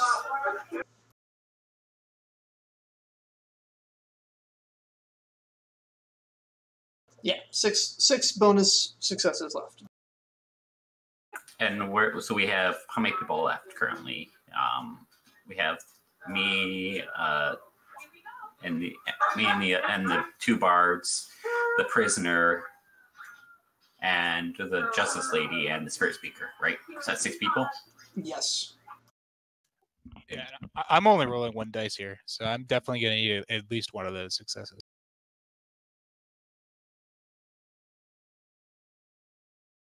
So yeah, as long as everyone gets 1 success at least. Sis Jew needs some help there. I need a good amount of help. All right, so between you and Sis Jew, yeah, there's 3 bonus dice left. I'm expecting our other bard to like just do this flying colors. Huh? What you have because you have a good agility, right? Oh yeah, I'm not even rolling. I'm using grace, so I get 4 successes. That's awesome. I'm not even like I'm just gonna do a backflip, and like land and just gracefully land. Lord Takikamis just kind of stumbles over to the cat and, like, as though he was born on the back of the cat, is just on one of them, and he's not even, like, really paying attention. Yeah, and this is still the same scene, so yeah, I have 4 animal taming and 1 agility. And succeed barely. Okay, the last person who needs to get on is the spirit speaker. I mean, I can probably assist if I can, use some extra. Well, we currently have 3 extra. Yeah, I think there's 3 successes left. Oh, anyways, they're fine anyway. Yeah, all right, so she uses one of those extra successes. There's 2 left over. You guys are mounted on the cats. When the last of you mounts, the spirit speaker goes into trance for a moment, and then she looks up, and as the untethered carriage just falls away into free fall, she says, "The wizard's teleported to safety. He took the spirit speaker and his staff with him. This means we no longer have eyes on where Lord Hypo is. He is definitely coming this way, though." So I think that was going to happen either way. Either the wizard's gone or he's dead. And the spirit speaker. So, Just thank you for helping us save him. You have no idea how valuable he is to us along this trade route. Yeah, I wouldn't want him to die because of my group's unable to finish off something from the past. A moment later, you hear a crash as the carriage just shatters on the rocks below. It's somewhat mountainous terrain. There's some cliff sides, but it's yeah. At that speed, it doesn't matter. You could be falling on fluffy pillows. You're still going to die.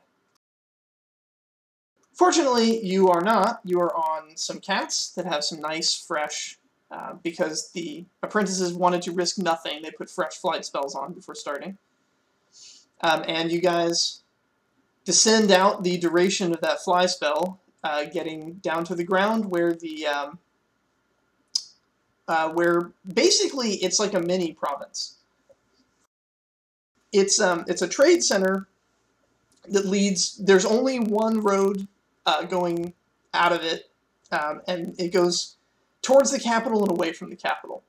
But this place is like a major stop where traders get ready for the paperwork they're going to have to deal with at the capital going in, or rest for a night having finally escaped the capital on their way to other places. It's a pretty busy place in one direction, and that is towards the capital, because spirit speakers, aware of the oncoming danger, have been directing people to either hide, get off the road, or haul ass to the capital.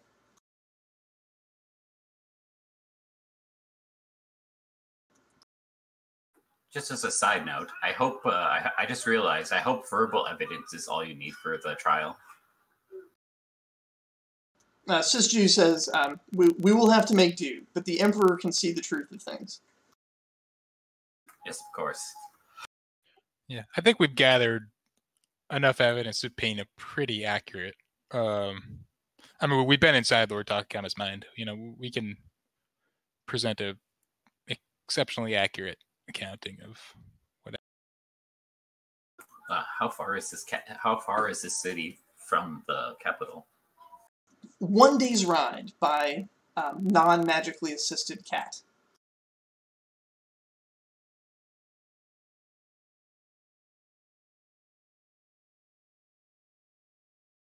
shall we have a quick rest and eat up and feed the cats and head out? Or should we... Spirit speakers are in a panic, and they would rather not rest. Yeah, like, did we have a sense before the connection was cut off of how quickly Hypo was approaching us? So, you guys had traveled for 2 days to get to that place. Lord Hypo reached it in a day. So, he went from... he went from the Hypo... I'm sorry, not the Jaipur province to the Wizard's Tower in a day. You got, or maybe a day and a half at best. That's some pretty supernatural speed. He definitely travels faster than the carriage was traveling. So he's hot on our heels. Hot. Yeah, we don't have time to rest. We got to get to the capital one way or another. The three main options available to you. You did rescue the apprentices. They could re-enchant the cats for flight, and you could try your hand at animal taming those cats to the capital. You could also not enchant them and just ride cats normally, which is a little bit more reliable. Or you could not have to deal with animal taming checks at all and just get on some ox carts. That's the slowest but most reliable route. Additionally, you can just run.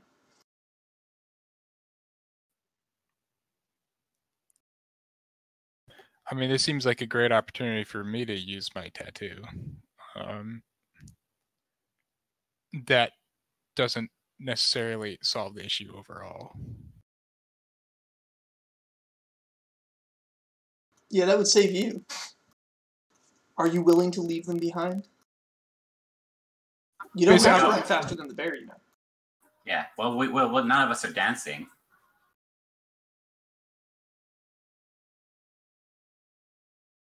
You only have to run faster than the other hikers.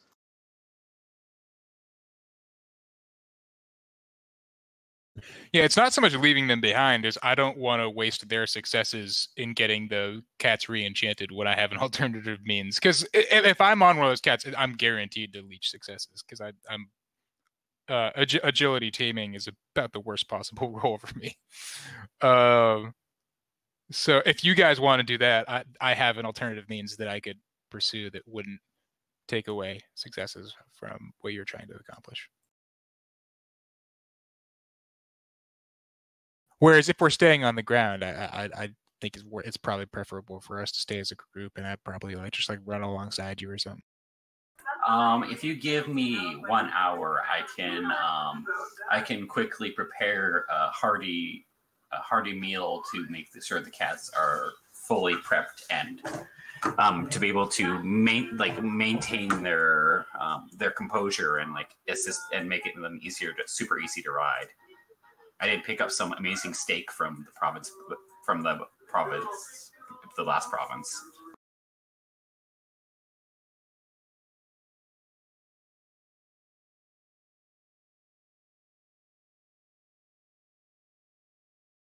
You guys want to wait an hour and refuel? So how far away are we from the capital? It's like a day? A day on normal foot travel, yeah. That can be sped up by either utilizing ox travel, cat travel, or magical flying cat travel, or in your particular case, magical tattoo travel. So in the case of magical cat travel, how far would it be by magical cat? Maybe an hour, 2. Oh, okay. So taking an hour break would essentially be doubling the travel time. Essentially. Although you would have better fed cats. Functionally, in terms of game rules, I think he's going to be using his taming to make a meal for the cats to try and give you guys some bonus successes there. Sure. And based on some rough, just a rough estimate of the speed, how far we traveled, and how much of a head start we had on Hypo. Approximately how far behind us do we think he is? Your best estimate from what the spirit speakers are saying about him passing through the villages, intervening, you think he's maybe about 8 hours behind you. Maybe, but it's hard to tell because he's moving with supernatural abilities that seem to be growing as he travels. Okay. I mean, if it's 8 hours, spending an hour to have better equipped cats sounds worth it. I mean, it's who knows really, but I mean that seems like a reasonable exchange to make.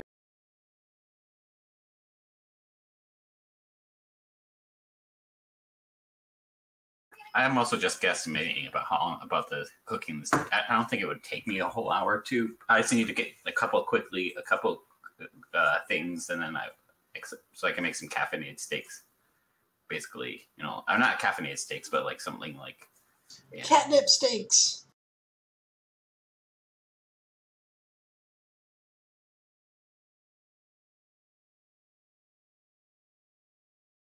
The trees along your route are going to be so messed up.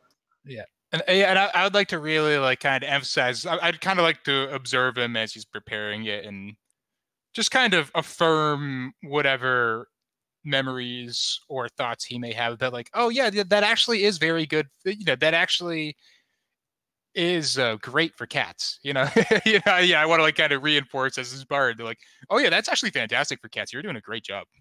Like,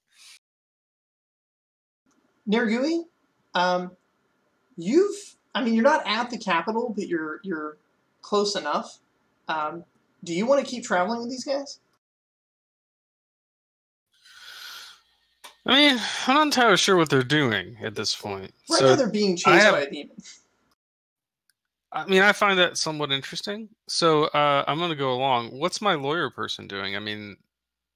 she is getting Takakamis ready for travel, and she intends to go with them.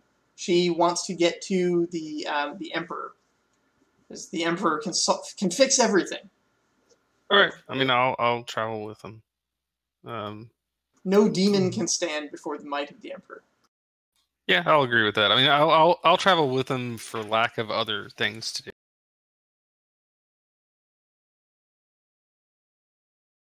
Cool. I mean, as far as I know, there's a demon coming up on our location rapidly, and I'd rather not be alone when it gets here, so... And there's a mass evacuation happening right now. People are leaving the village. Most are heading towards the capital. Same idea as you guys. Get to the Emperor. Or get, like, within... as close to his sphere of influence as you can. Arguably, his sphere of influence is the entirety of the province, but he hasn't stopped the demon yet.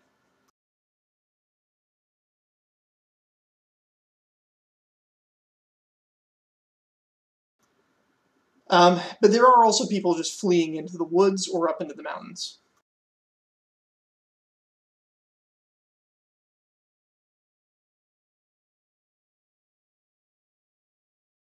The capital itself is nestled in this sort of intersection of mountains and valleys, such that there are roads coming out of it in just about every direction. While it itself begins at a very low point, its structures have been built out and up such that there are 5 separate mountains that the capital kind of climbs up and then has built out into itself from, making it a gigantic structure. Composed of multiple buildings that are almost melded together in a synchronous harmony, and many of which can be identified. So from even from this great a distance, it is quite clear where the library is. You can actually see the great dome of the Imperial Library, where the Daru's shield supposedly rests.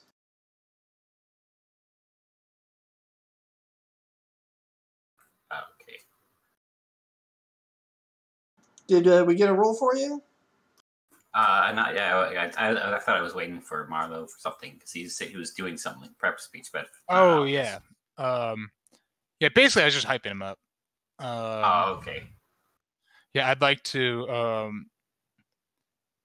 Just kind of spinning some words. I'd like to kind of invoke my bardly powers to assist you here. Go for it. Does that just be a roll of my potential? Yep, roll on your potential, and you'll give him dice based on your successes. Cool. 2 successes. Okay. Tax your either stamina or endurance or potential by 1. So 2 extra dice. Yes. Oh, I'm sorry. That's right. With stamina and potential, it's more than 1 unless you have things that reduce.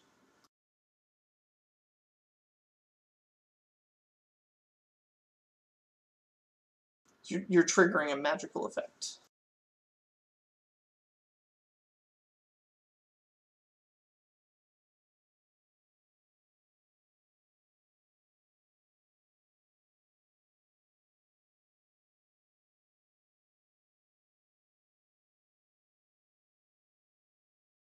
All right, look at that.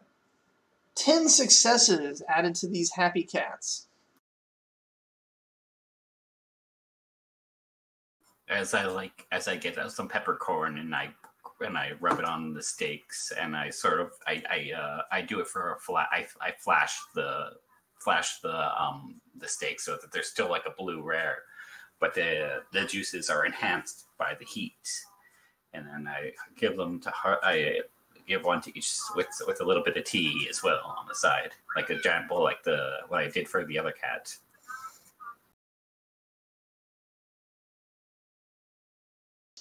All right.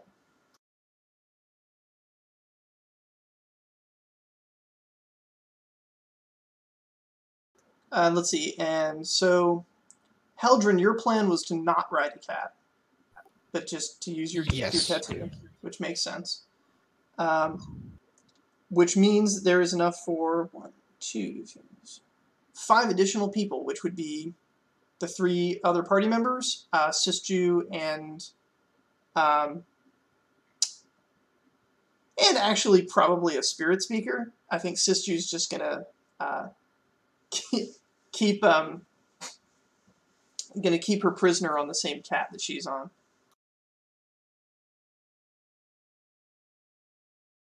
So nobody needs to roll. You guys all have enough dice that the cats are under control. And so it is that you ride towards the capital, glorious, shining capital. You zip through the air, dodging amongst the trees, coming up over a rise, capital, spread out before you. And those of you who are sensing psychic activity sense the Emperor shift positions. He moves rapidly into the sky. Everyone, even non-psychics, see a glowing light shoot up out of the city, and another glowing light coming from far, far to the west just rockets across the sky and impacts the Emperor. The glowing lights in the sky strike each other repeatedly, bouncing off each other, flashing about, until finally the 2 of them fall into the city in a spiraling dive, and there is an explosion, which rocks the entire city. The blast wave is first light, then shock and destruction, and then heat. Buildings are sent flying. The library literally flies over your head, crashing on the other side of the city that you just left. And in the psychic realm, the light of the Emperor goes out.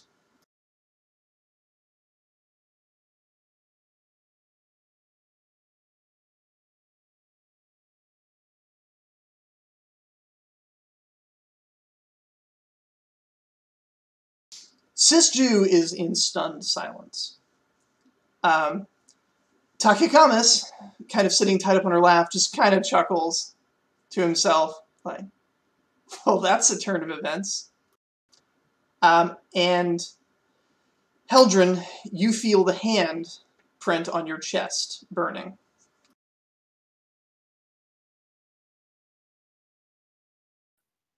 Am I sensing any familiarity with that light that came in from the west?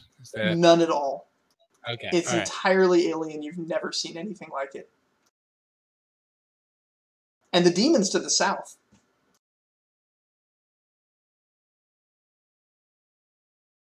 Can we tell that still?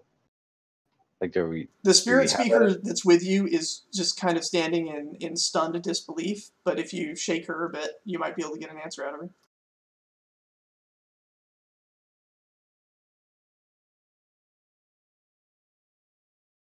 We're all halted at the moment, right? Like that Yeah. was enough. Like, Stop our just tracks. stopped in midair.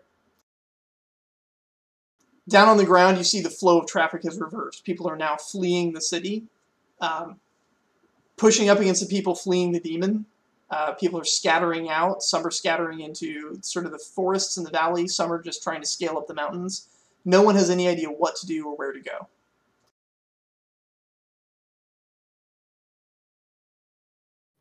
Okay. What direction did the thing we saw come from? West. From west. Okay. And from really far to the west. Like, it sailed across the entire sky. Is that roughly close-ish to where we understand Gunther and his party to be? Yes. And Aphthis as well.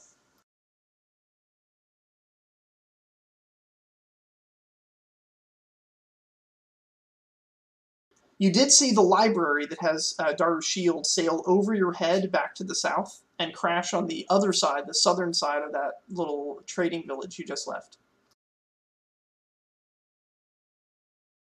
Sisju has regained her composure a moment and says, well, that's inconvenient. And she looks at him and says, your punishment will still come.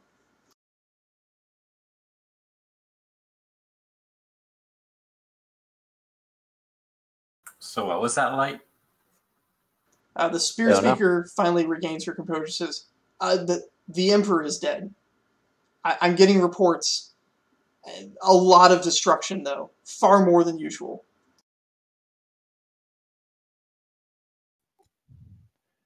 So And what?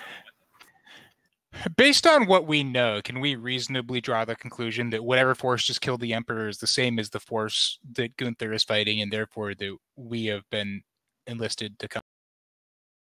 That seems like a reasonable assumption, right? I mean, potentially.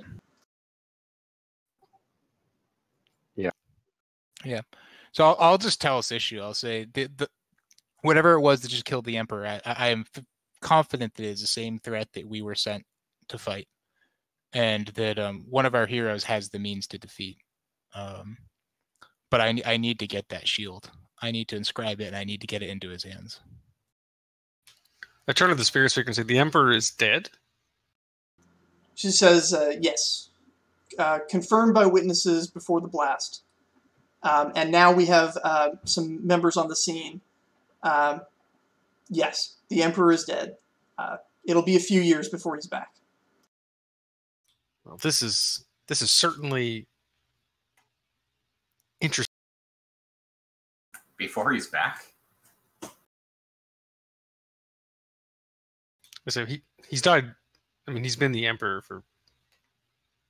I don't think anyone can remember when he wasn't. He'll. I mean, she just said a couple of years.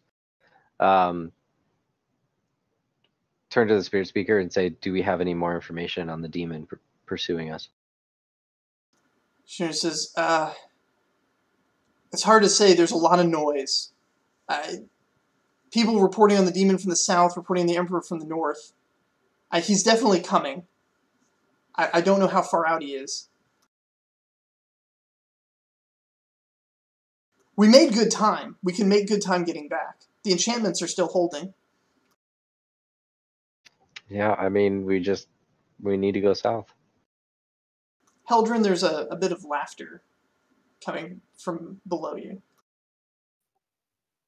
Is it the bard? Yeah, he's just sitting on a rock down on the ground, just like laughing his head off.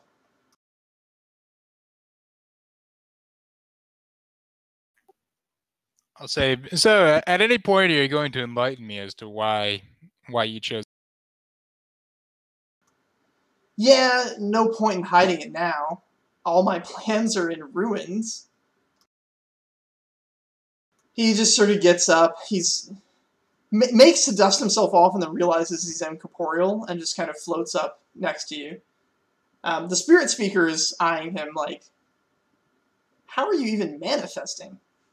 And he says, my plan was to poison the Emperor's psychic abilities.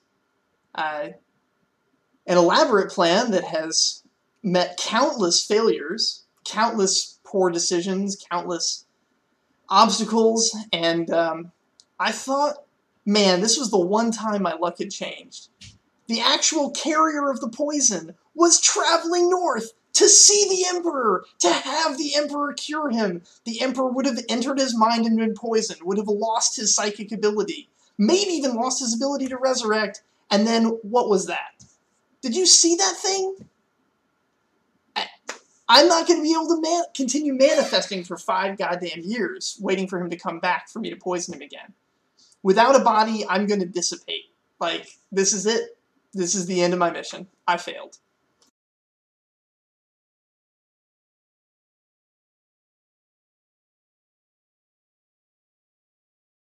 Wait a second, a poison in my mind.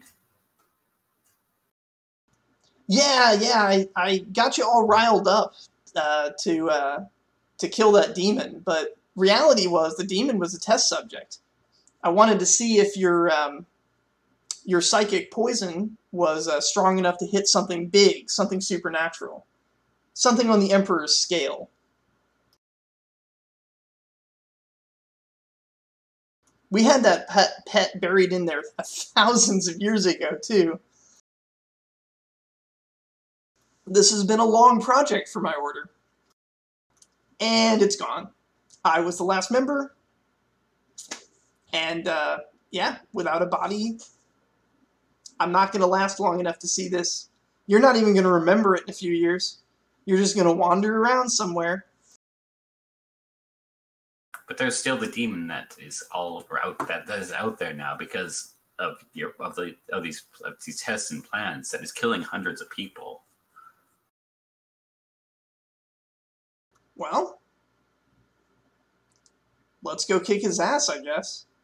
I got nothing better to do. It's not like I can get any more dead. And let's have this settled. I think that several of you should go to the thing and get the shield, as is your mission. And I will take the spear and lure the whoever wants to go with me away from the village to keep them occupied while you actually continue your mission for the Faythen'oc.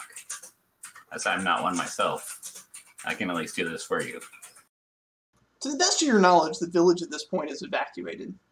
There's no real danger in him going to the village. Yeah, I mean, I absolutely need to... I mean, could we all go to the village? Is there any particular reason why we just head south? Yep. Because I know I need to find the shield. As far as... I think it would also be worthwhile for us to start thinking about how we can secure a passage from where we are now to the Thars, to essentially far to the west. That is going to be a complicating factor. I mean, I know how to get to the west, if that's something that you need. It's not a fast journey. Oh, that explains why he didn't want you to look into my mind.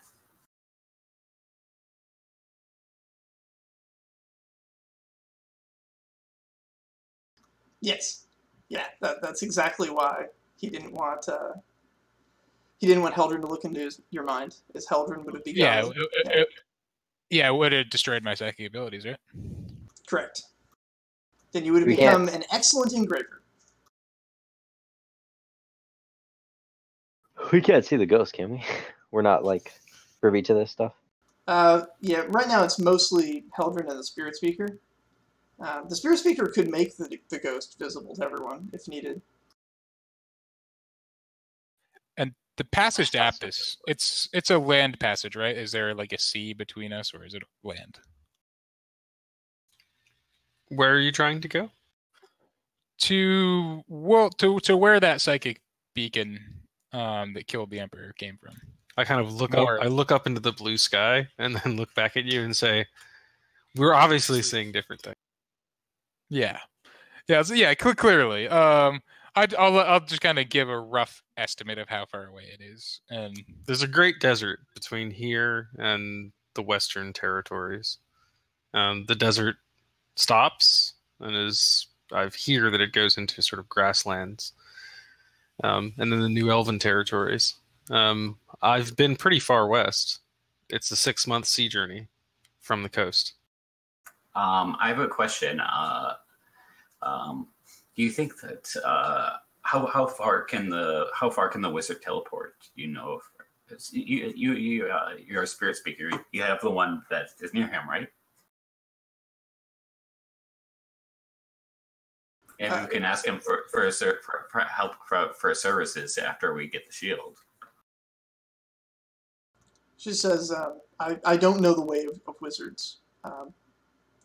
I know he got to safety.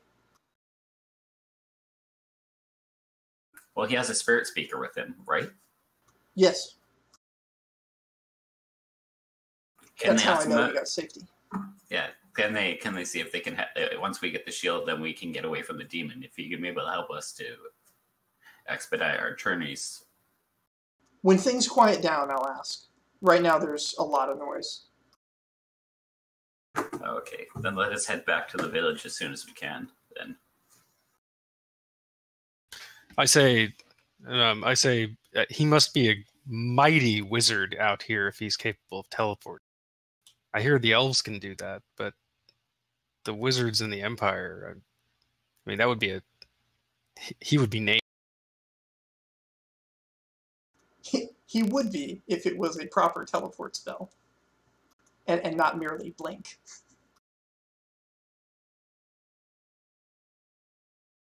Yeah. Such magic would be extraordinarily tactically valuable. That wizard he would be a provincial lord. Right? Actually, he is. He is the lord of his own province, consisting entirely and solely of his wizard tower. Okay, fair. That's mostly a political move because he was running the diplomatic taxi.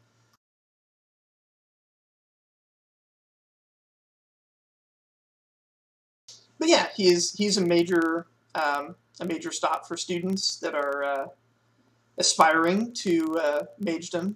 They can intern with him, which is prestigious enough that it helps them get into some of the better schools.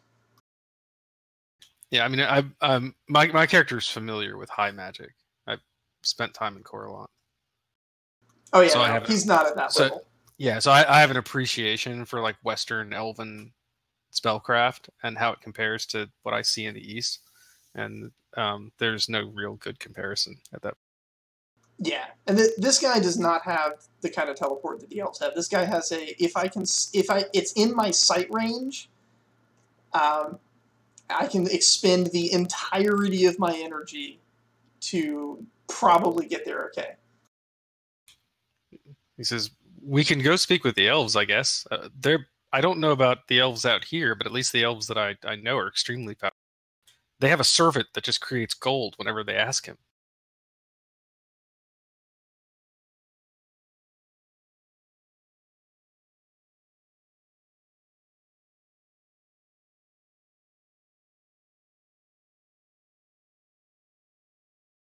So I guess, generally speaking, you guys are flying south now?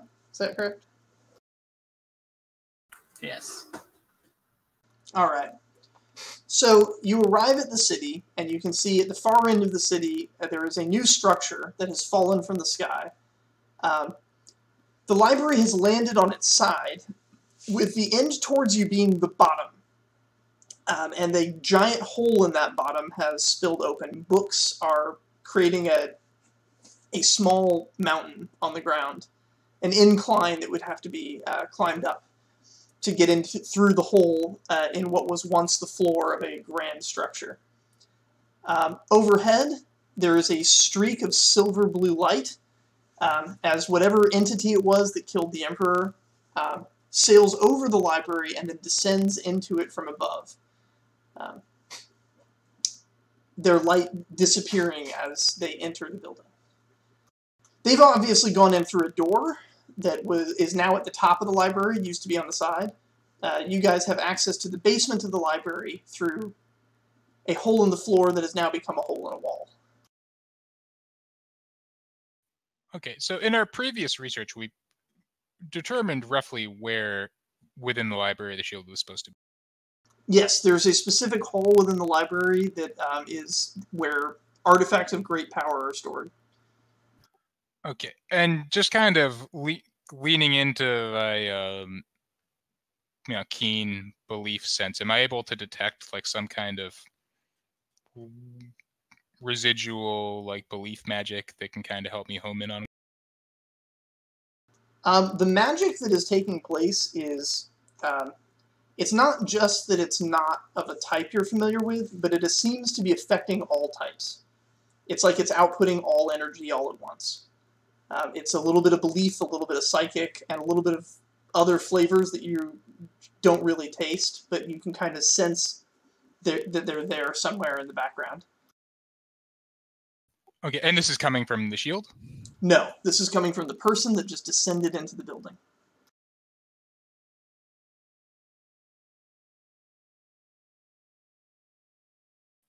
And I'm guessing this person's absurdly powerful to have just killed the Emperor. Like, that's probably something I'd be able to determine just from here. Probably. So you said the building was on its side, right? Yes. This building is also massive in ways that no building you've ever seen is. This is a building that would hold castles inside it. Several. Where's the where was the entrances on the top part? On the top part is what used to be the original main entrance, which would have been on the side of the building. It would have been a bridge connecting it to other buildings nearby. Very decorative, beautiful, artistic, and no longer there.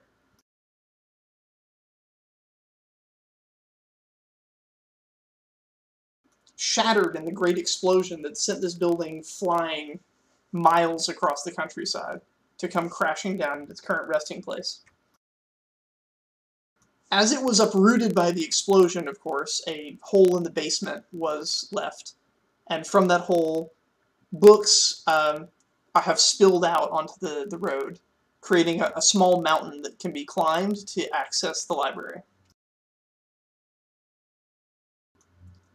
It doesn't escape your notice that since these books would have been the books at the bottommost floor, these are probably the most ancient and valued historical texts that the Emperor had ever collected.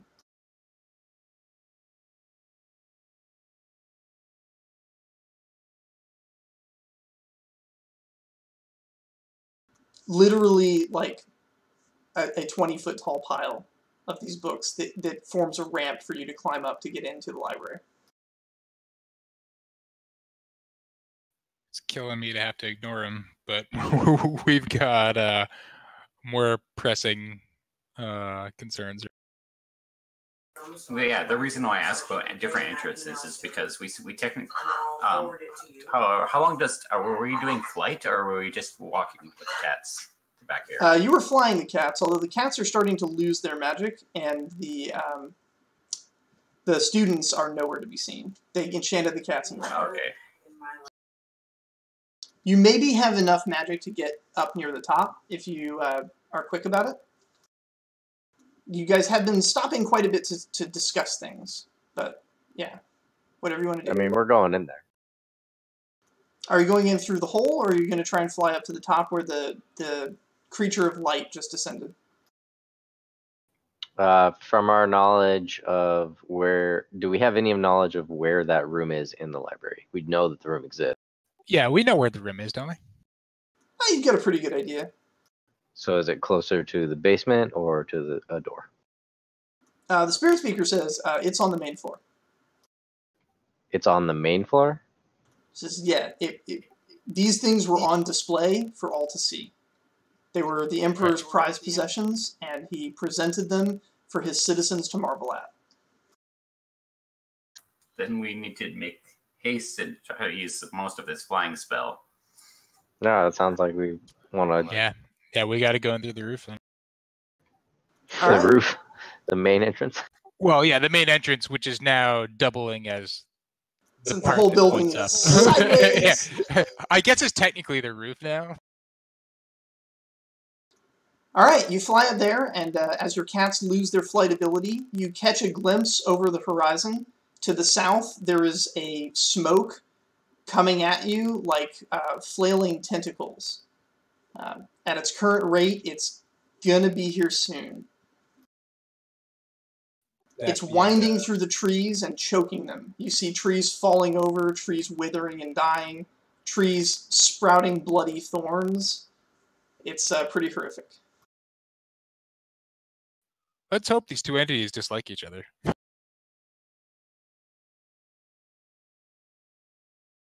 We're about to deal with both.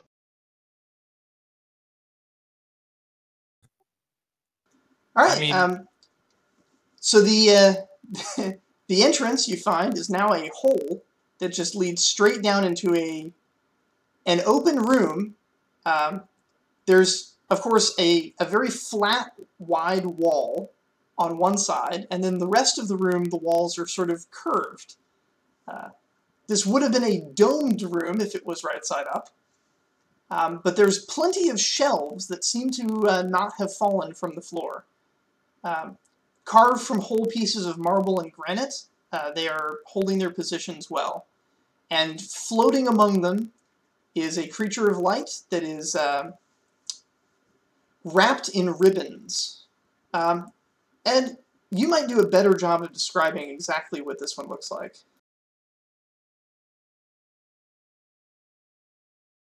What is this one? This is the was it the cleric? Oh, the cleric herald. Yes. Oh yeah, so I mean you can describe him, but he's his armor piece is his chest. He's got a mace, and he's wearing a white tabard. But yeah, Yeah. go for it. The chest piece is just it's glowing with light, as though it was itself a light source, like it's a tiny sun. There's like a blue light coming from inside, and it's if you think about it too hard, it's not clear that there's a chest underneath. Almost as though he is the breastplate. The clothing that's wrapped around him, the white tabard, is just covered in these white ribbons that have, most of them have writing on them, but there's a lot of them that are blank, but you're seeing a lot of them starting to fill up. And as he reaches out into a display case, the glass vanishes. Doesn't break, doesn't shatter, just stops existing. And he grabs a... It looks like a fan at the end of a long stick, tilted at an angle so as to be like an axe. And then it isn't there, and writing describing an axe appears on one of the ribbons. He reaches for another shelf and picks up a bowl of marbles. And again, it vanishes, and writing appears on the ribbon. Reaches for a third and final shelf. You see now that most of the shelves in here are now empty. And he picks up a shield and presses it against the ribbon, and nothing happens.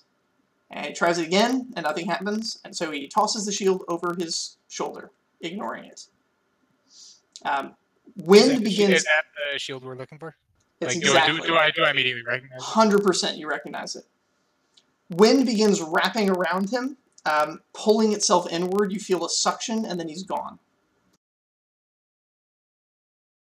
Rappelling down the...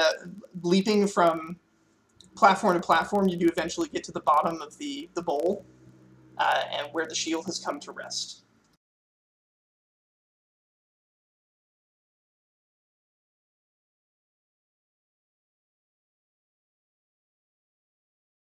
And it's about this time that light stops coming in through the windows.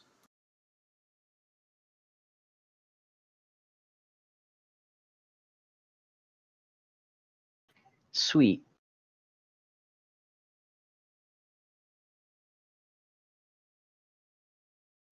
So we're all down in on a wall floor. Yeah, you're where the wall that used to be the floor meets the floor that used to be the wall. in what was once a domed room. Okay, is there just the one opening, or was there actual like? No, actually, there's lots of openings. They're not really in convenient places for you at the moment, but they are all over the place. This is a grand structure housing not just these glorious artifacts that have all been pilfered except for the shield, but also housed vast quantities of books and art, and scrolls, knowledge of all sorts. Beautiful carvings and sculptures, engravings talking about the history of the Empire, the importance of law, and a crack forming in a wall, part of the curvature of the arc that appears to be formed by something punching it from the other side. So where is the spear right now?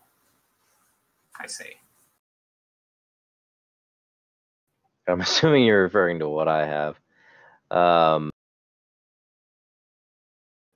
So my immediate probably assumption is I'm going to unsheath the spear.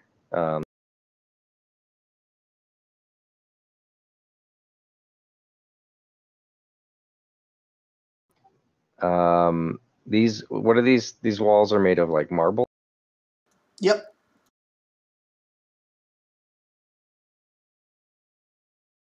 With inlays of granite for variety of color. Yeah, it's not really.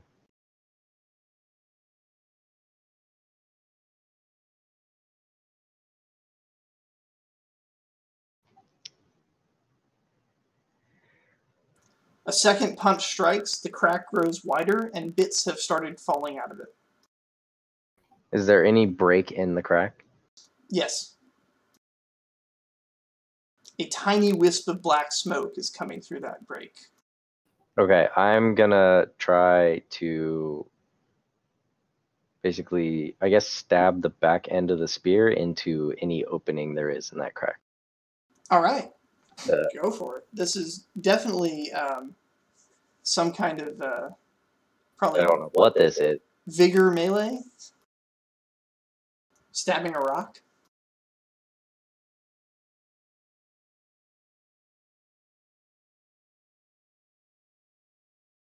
Unless you're just trying to be precise about it. If you're not trying to actually damage the rock, you're just trying to stick it like. I'm just trying. I'm being precise. Like I want to get it in the exact spot. Okay. Kind of just so it takes. Agility melee. Plug the hole. Okay. Yeah, this isn't about strength. This is about getting this staff where I want it to be.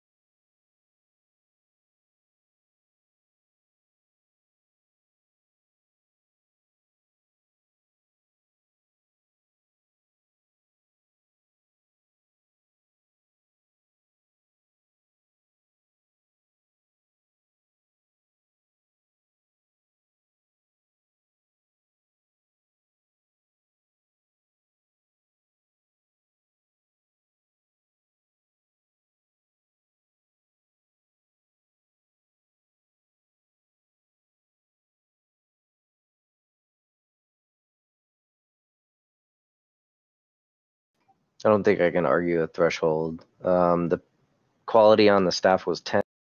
Correct. Okay.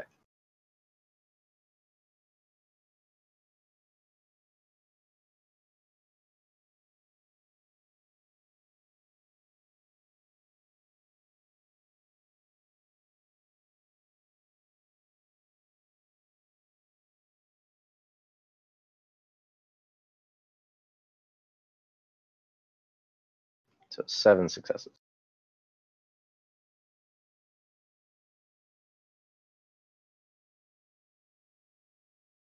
Oh my goodness, she got her party hat off again. In an explosion of marble, you are knocked clear. Energy from the spear, it sort of erupts around you. Vines grow into the air and absorb most of the blast, but you still take 2 points of tax to health or whatever you justify. These shards rain down around the room, ricocheting off of things, and through the hole steps a gigantic creature. It has most of the appearance of Lord Hypo, but it's 20 feet tall, has spikes sticking out of its arms. These spikes are black and look like obsidian, and from these spikes are skulls, a couple of which you recognize. The demon hunters have their helmeted skulls mounted on the spikes. There are plenty of spikes left to add new skulls, though. Behind it, you see a field of... basically, it's an army standing behind him of soldiers. It looks like they were standing to face him, basically, and he just plowed a hole through them. You see a trail of dead in a line due south from where he currently stands. The rest are turning to face him, even as he shatters his way into this building. The black mist that's following him fills the room, choking off all light. And those of you with a psychic sense feel an incredibly powerful pulse come out of his mind. It's grabbing control of all the minds near it. Diving into them and wresting control, the entire army seems to be absorbed into his thrall. Except in the back, some tiny group of people, like way far to the south, seem to be either shielded from it or it missed them. The wave also enters into your room, though it doesn't move like a sound wave. It moves more like a sea creature seeking out prey. It dodges deftly around Ikoma Masashi, not daring to touch him, and instead dives into each of your minds. You guys find yourselves in your inner mindscape. This also includes you, Nergui, where you find your secrets disturbingly revealed to this creature. Your 5 different personalities standing at odds with each other in different corners of a room. Draven, your missions laid bare, your secrets, your codes, all opened. And Heldren, while the Emperor stepped in and just opened the gates of your mind with grace, this is breaking the walls, shattering the doors, pushing its way in, until suddenly it stops. Standing in the memory of you talking to the ghost, in the memory of you receiving your orders, the creature is looking at the papers that the ghost was looking at. The ghost is paused in its freeze frame of telling you about not entering into Ikoma Masashi's mind. But this creature is looking at the orders, and you hear it whisper, "Apthis is here," and it pulls out of your mind as though frightened. It pulls out of everyone else's mind, too, at the same moment, though none of you know why. You see the tentacles retracting into the creature, all of the smoke leaving the room and pulling into the humanoid form, which begins shrinking down to the size of a normal person, who says, "Wait, are you guys serious? Apthis is here?"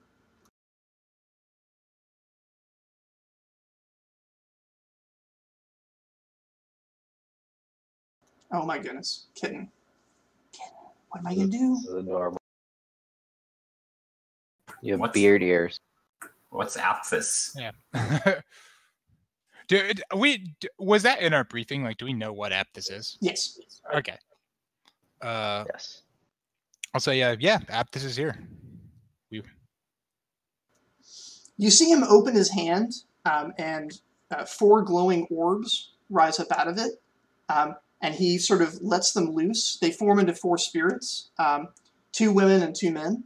One of the women is definitely older, looks like the mother of the other 3. And the spirit says, "Okay, no, that's it. Our deal's off." And the black mist begins pulling out of Lord Hypo's form.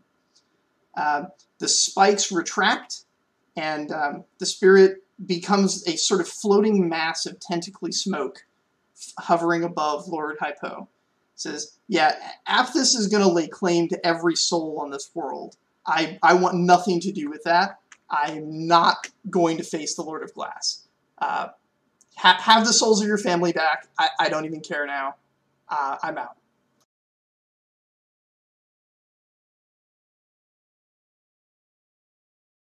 Wait, what? Who are you? I'm getting out of here and going back to the Abyss is who I am. And good luck being slaves to Aphthis. And with that, the smoke disappears, and there is a faint laughter, totally recognized by everyone now.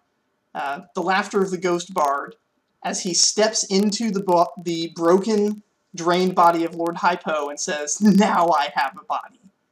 Now I can last, and I can complete my mission." I would like to kill the buddy. That is a great plan. So, everybody's going to take a turn. We'll start with Heldren, who immediately had a plan. Yeah, I want to stab it. Awesome. Make your roll.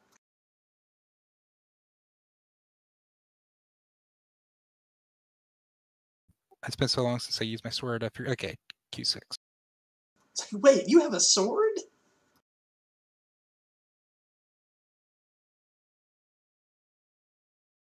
All right.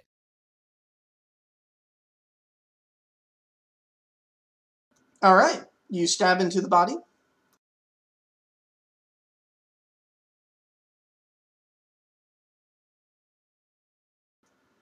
Congratulations. All right, I'll just kind of speak loudly but somewhat calmly to the group. I'll say he wants to kill the Emperor.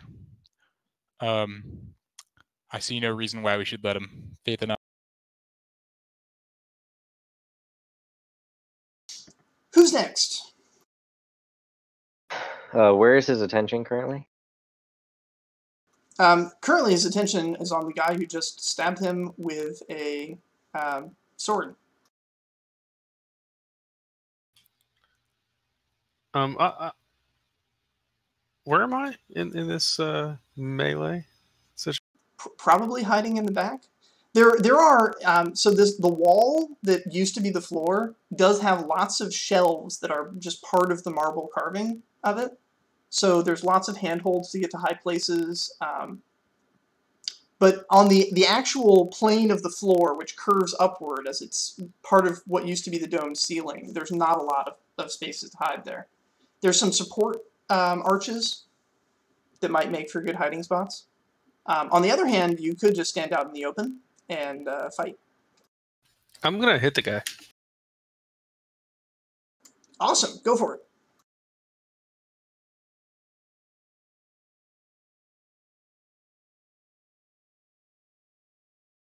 What are you hitting him with? With my brass knuckles and misdirection, so he can't block. Haha, nice. Definitely a hit. Yeah, so I slip in. It's a feint. Sorry. So I slip in. Kind of outside of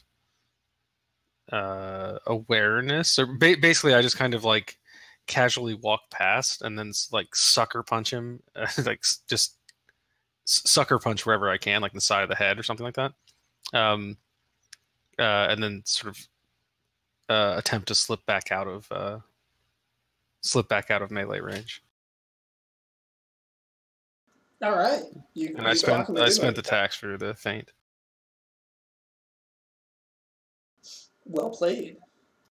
And actually, I'm going to spend a tax for misdirection as well, so that no one knows that I. Yeah, so I'll do my standard thing that I did last time. I used feint and misdirection this way. I'm going to throw up my arms flailing, reach up into my hair and pull out my brass knuckle hair comb, and then kind of in a mad rush to basically get out of the melee. I'm going to punch the guy for 5 successes, entirely accidentally. Okay. Yeah. You hit him a good one right in the head.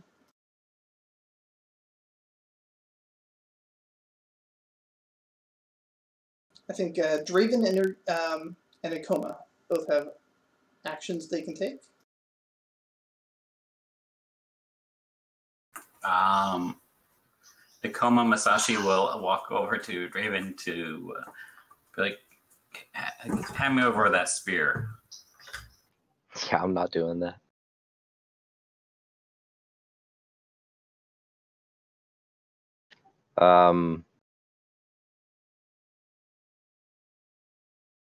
Like, seemingly as this is the thing I need that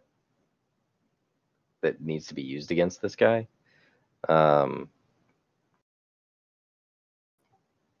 kind of like shrug that off and immediately head over to him and just, I guess hitting him with this won't. Like cutting away at him won't necessarily matter. Yeah, I'm attacking him with the spear.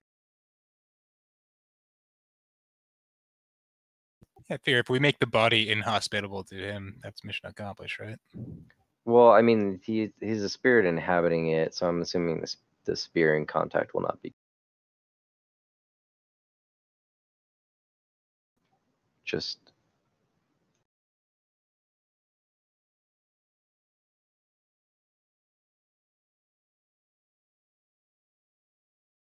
Okay, so I'm doing a fast kind of strike and getting around him because obviously I've had to go around 2 people to do this, and so it's just a fast hard stab. Okay, roll your potential for me. Okay, potential. Yep.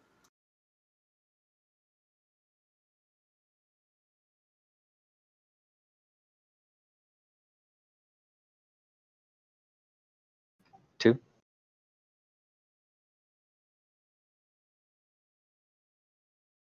Okay, he beat you by 1. You have a point of tax. Where would you like to put it? This is a psychic attack.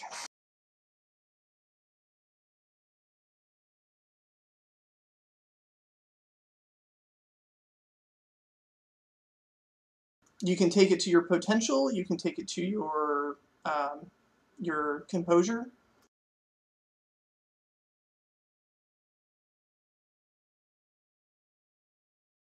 I feel like it makes the most sense to composure, considering it's a mental. Okay. Just 1 point of damage coming at me. 1 point of damage to your composure, along with the word stop, and you find your muscles freeze and you're unable to move.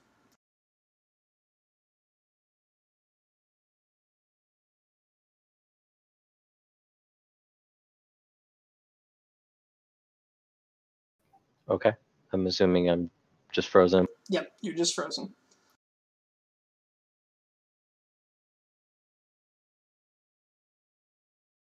He is definitely active in the headspace.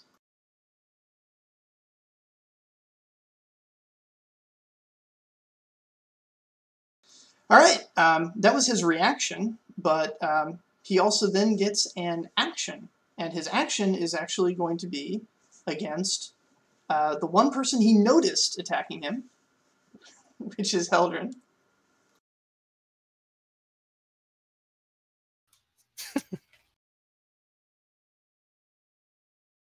Heldren, same deal. You've got a 5 psychic attack. 5-tack psychic attack coming at you. You can roll your potential to mitigate it against it, fighting with whatever tactics you want. This command is kill Draven. If any part of it touches your composure, then you will have to make an action and do your best to carry out the command.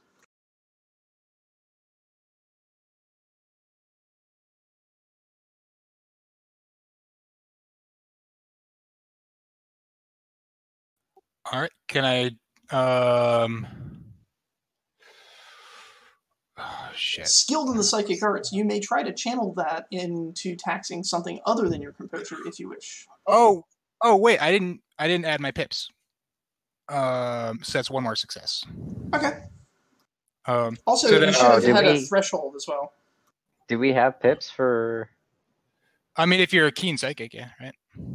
Oh yeah, I'm sorry. Yeah. I didn't know what was happening. Oh, okay. So this may mess with things. So we can just keep going, but I probably could have pulled a success out. 'Cause I would have had 4, so I would have had 3. Yeah, so basically, But it's okay. Gotta remember those pips. Well, I mean, I didn't know what was happening. It was just roll potential. I didn't know. Oh yeah, sorry. But that's fine. Obviously, I didn't know what was coming. so I've got 3 successes. That's 2 left over. I'll take the other 2 to my resist. Okay. Which hopefully means I resisted the command. You did. Excellent.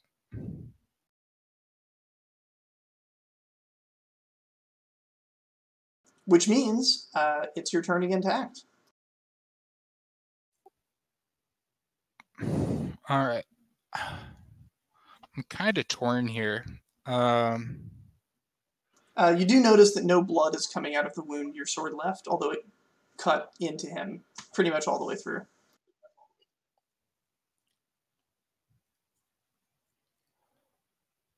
I'm starting to suspect that chopping up the body might not accomplish quite what we're hoping.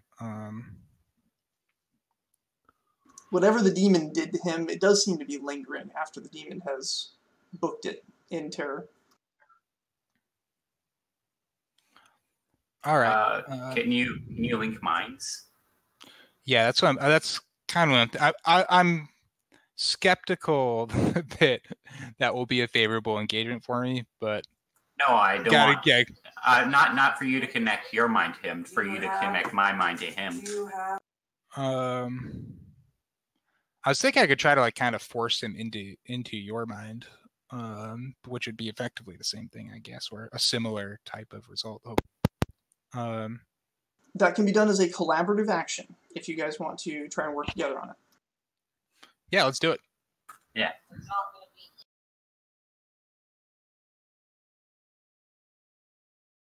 So what would be rolling?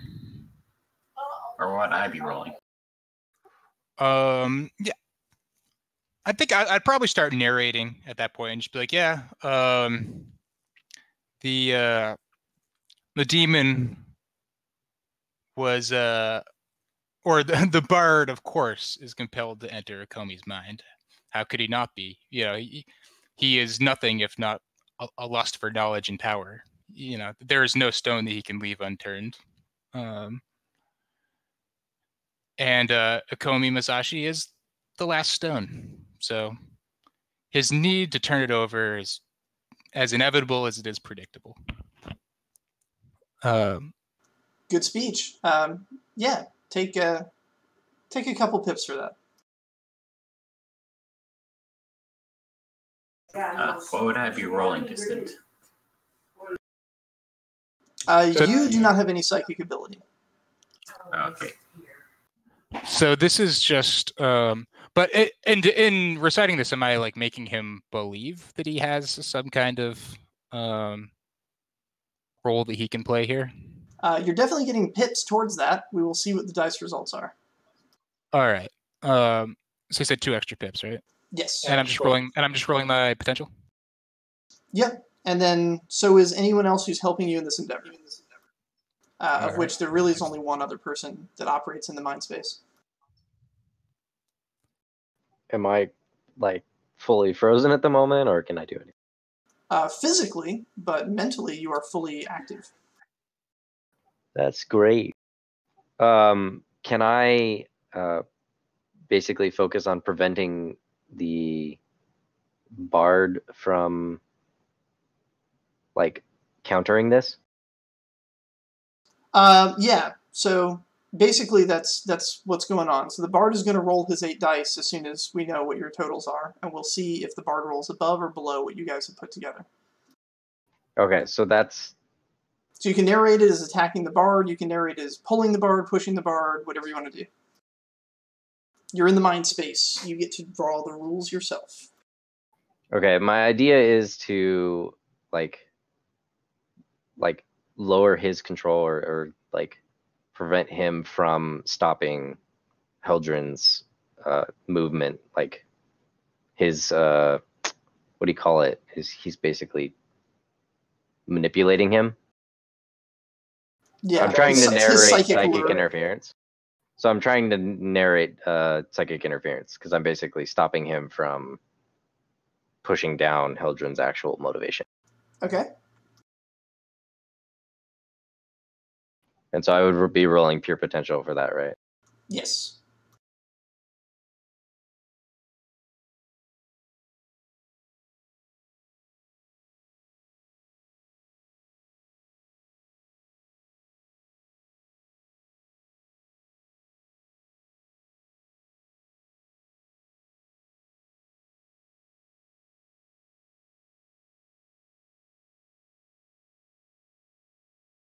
Hot damn.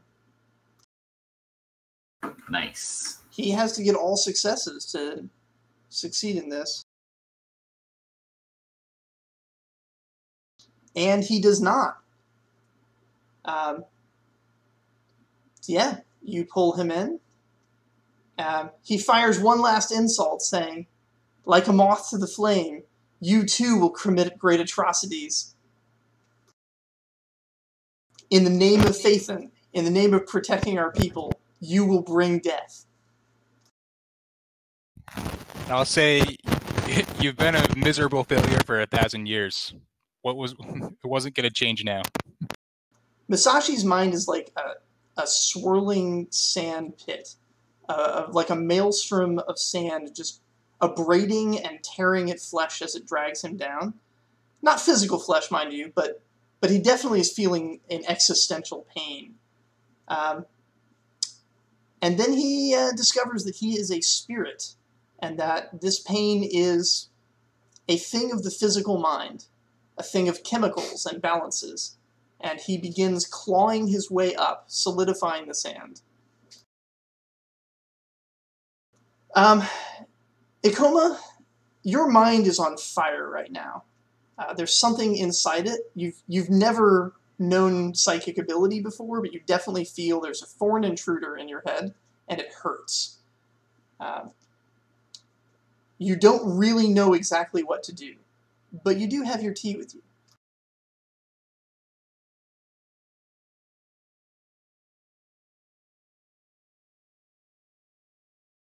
Tea, which, as I recall, you got 8 successes on. Yeah.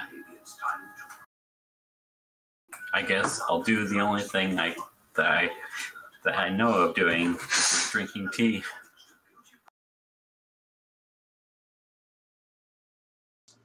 Help with my headache. Nergui, the psychic people seem to have stopped what they were doing and be frozen in time. Nergui is just... Ikoma has just sat down as drinking tea frantically, but there's a dude holding an incredibly magical spear, just sort of frozen and unmoving.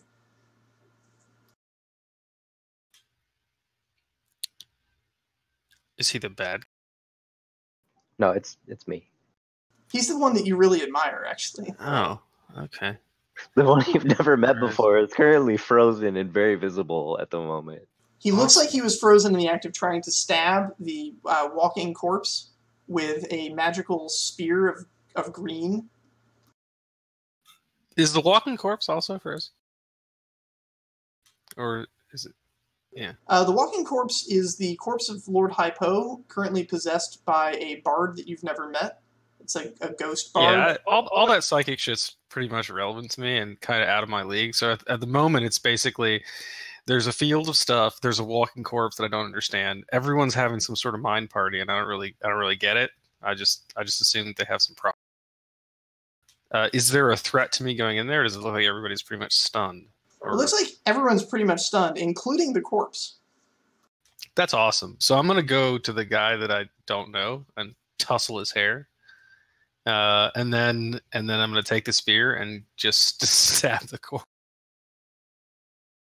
I'm gonna go ahead and use misdirection there as well, so that it can't be pinned on me. Nice. I'm gonna trip over. I'm gonna tussle his hair intentionally That's explicit. So if anyone can see what's going on, they'll know that I did that. And then trip over my robes and stab the dude.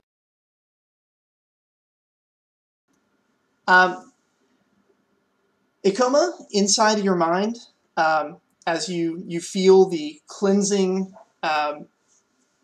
palette of your tea wash over you, the storm is calmed, the burning is put out.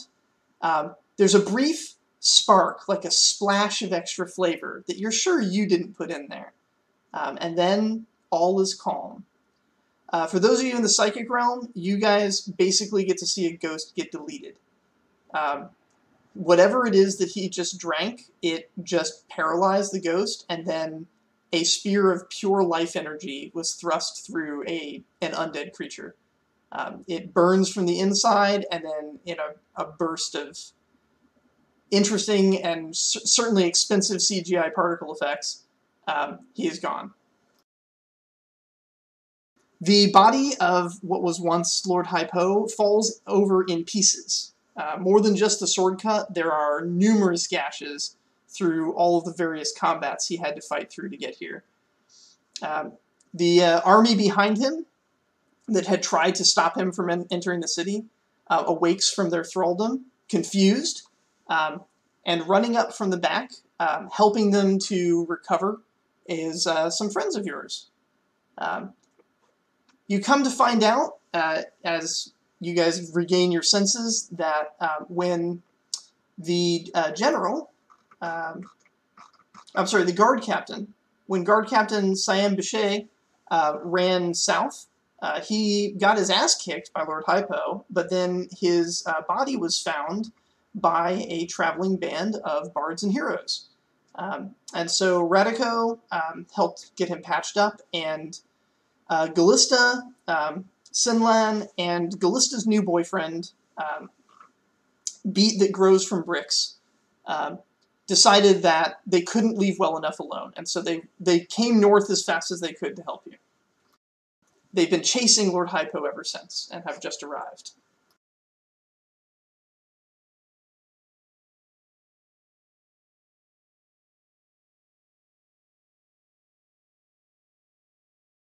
And this is basically it. You guys have resolved the core conflict. You have the shield. All that remains now is the decision of what to do with the shield. I intend to inscribe it, and then we gotta get it to Gunther. Stat. What do you intend to inscribe it with? Bear in mind that what the ghost said is kind of true. If you inscribe this to be an attractor for a weapon, you might be dooming Gunther to die by that very weapon that will be triggered. On the other hand, all of Faythen is at risk from something called Aphthis that scared the shit out of that demon. So much so that the demon bandaged itself to the abyss just to get out of the way of Aphthis, out of fear. Yeah, I mean,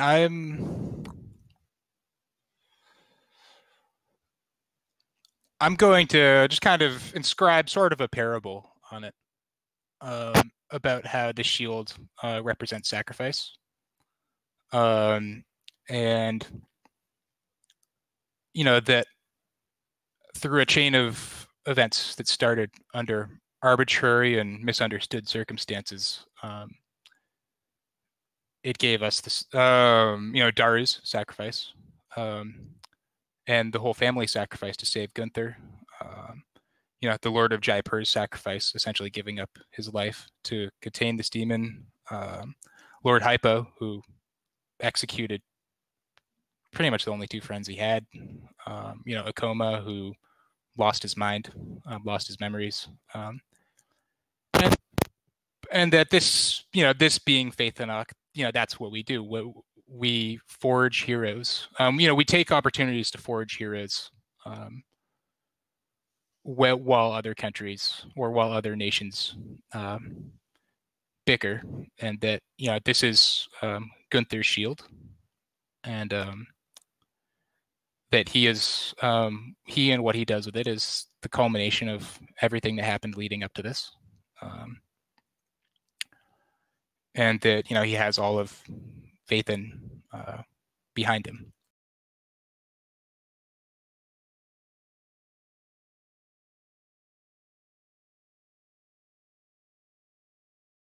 Well said. Does anyone have anything else they'd like to take care of before we, with these characters, before we close out? As this is the conclusion of the adventure. Yes, there is one thing I'd like to do. Because the spear is of life magic, and it helps with curing things, right? Yes. Possibly. I'm going to while people are still a bit in the confusion, I'm going to take the spear and I'm going to just take it and stab it into myself and try to attempt to drive any of the tox, because I seem to be a danger to many people, to try to drive out any toxins that are in my body. I'm going to let you decide whether that works or not. I mean, if you're dead, there's no toxins in your body. Sure. It will kill you, though, I assume.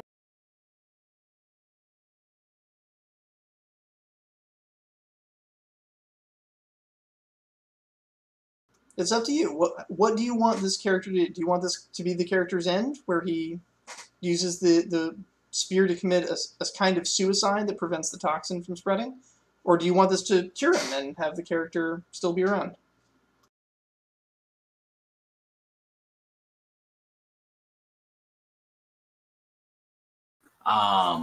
There was a wonderful speech about sacrifice that was just given, but yeah, this is your character, so it's entirely up to you what you want to do.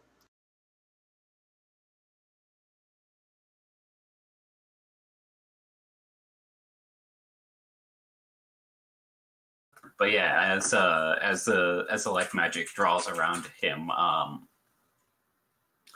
the sand starts pouring out of his ears, and it pours as he collapses to the ground, and we leave him in a dreamscape as he's in a coma for right now, as his mind is completely shattered, because the only thing left that was holding his mind together was the toxin. So we don't know if he's going to be when we're going to next see him, because he's going to probably be sent somewhere to be able to fix his mind from all this damage. All right, I like that. It gives a hook for future adventures. It's on theme. That's really good. Now I know why he named him Akoma. I saw that comment. That's good. This was all just a long con, wasn't it? Oh, that's perfect.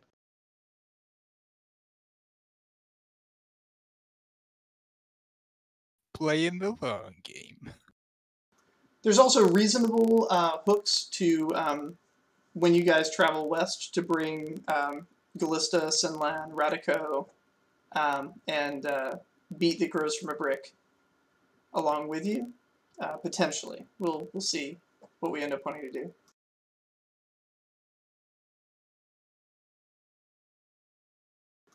They got leaves on the river home safe, though. Wow, they're efficient. And Galista has a little betrothal rope bracelet in bright colors, matching the one being worn by Beats that grows from a brick. It's not really like an engagement in the sort of Western sense. It's more of like a, we're going to try this out kind of statement. It's very useful for Faythen'oc because they very often wander off to go fight dragons and maybe get eaten, and somebody in the party needs to bring the rope back and be like, okay, whose colors match this set of colors? Yeah, sorry about that, dude. And as we all know, nothing brings a pair of crazy people together quite like just the wanton and sadistic murder of an escaped fugitive. So I'm really glad they were able to bond over that. I'm really curious what happens what the outro for Magui is. I mean, there are no exams to study for, really. I'm gonna tag along with the lawyer for a little while, and then I don't know, maybe You could also be a tour guide for these guys trying to get west. That's an option. that's also true. Like, if you guys are interested in going west, I have been out pretty far west. I mean, I've been to Corlant, and from there you can get like literally anywhere. So you just need money.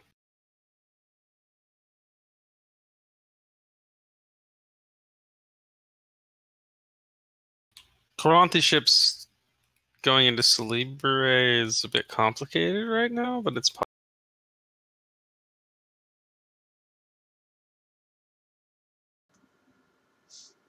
all right. So we have some options for future adventures there. Lot of nice folks. Draven, I'm pretty sure you're following that shield to make sure it gets delivered. At this point, the shield has been enchanted, meaning you no longer necessarily need Heldren to survive the journey. You just need to make sure the shield arrives. And I kill Heldren. Just kidding.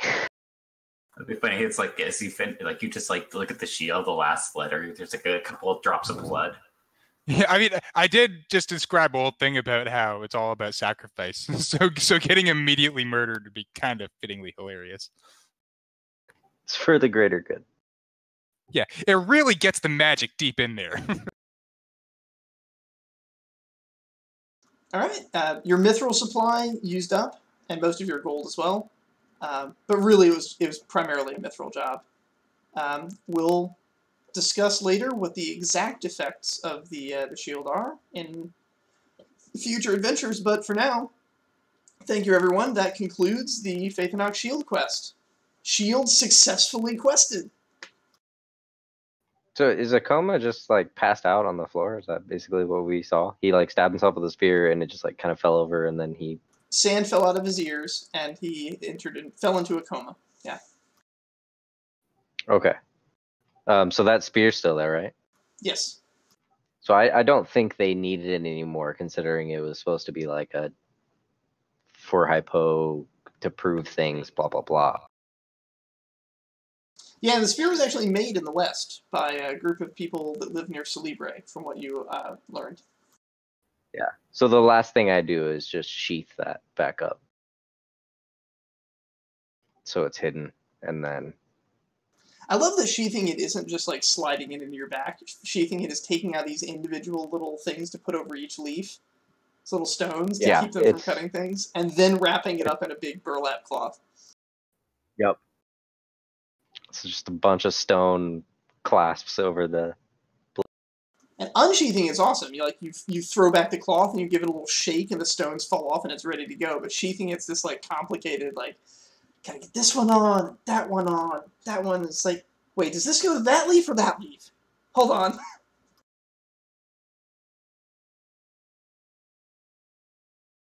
Alright, the spear will travel west. Yeah, go ahead and do a closing ceremony, if there's nothing else. Okay, I'd like to give one to Maguri for sucker punching the guy without anyone knowing it. It's just like the oops, sorry. I'd like to give one to Kite for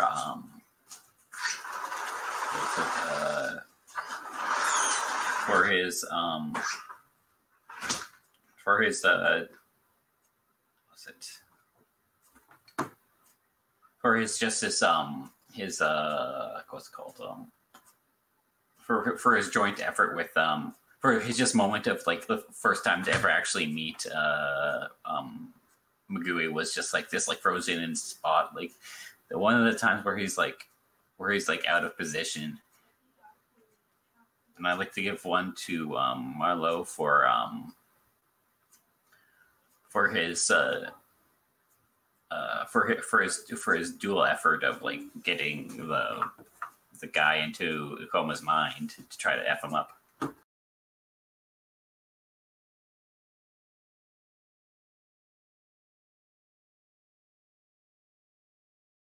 Cool. Yeah, I'd like to give one to Draven for I'm not even rolling. I got 4 successes. It's always fun when you just don't have to roll at all.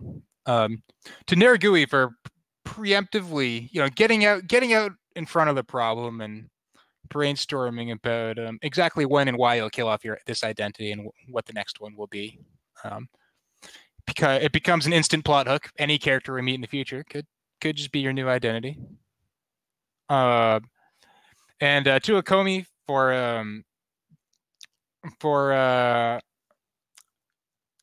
it occurred to you when Lord Hypo attacked the Wizard's Tower to actually be proactive in a way that might allow the Spirit Speaker and the Wizard to live. I know I personally wasn't really thinking on that level and didn't really care. I think that was probably pretty consistent. So that was quick thinking on your part that allowed a wizard and a spirit speaker to live. So that was very altruistic and clever of you.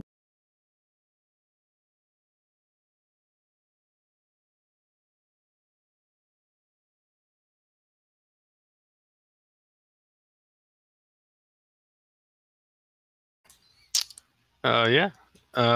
So Tice for being in a difficult spot, deciding the proper way to deal with that is by sitting down, chugging tea. To Miles for uncovering an interesting and really getting to the root of a very kind of interesting, intriguing intrigue plot that all of that your friend the lawyer literally gave no shits about. And but yeah, so for getting the real story, so you're the storyteller, so getting the truth is important to you, far more than it is to me. And to Troy for finally being able to see you and tussle your hair.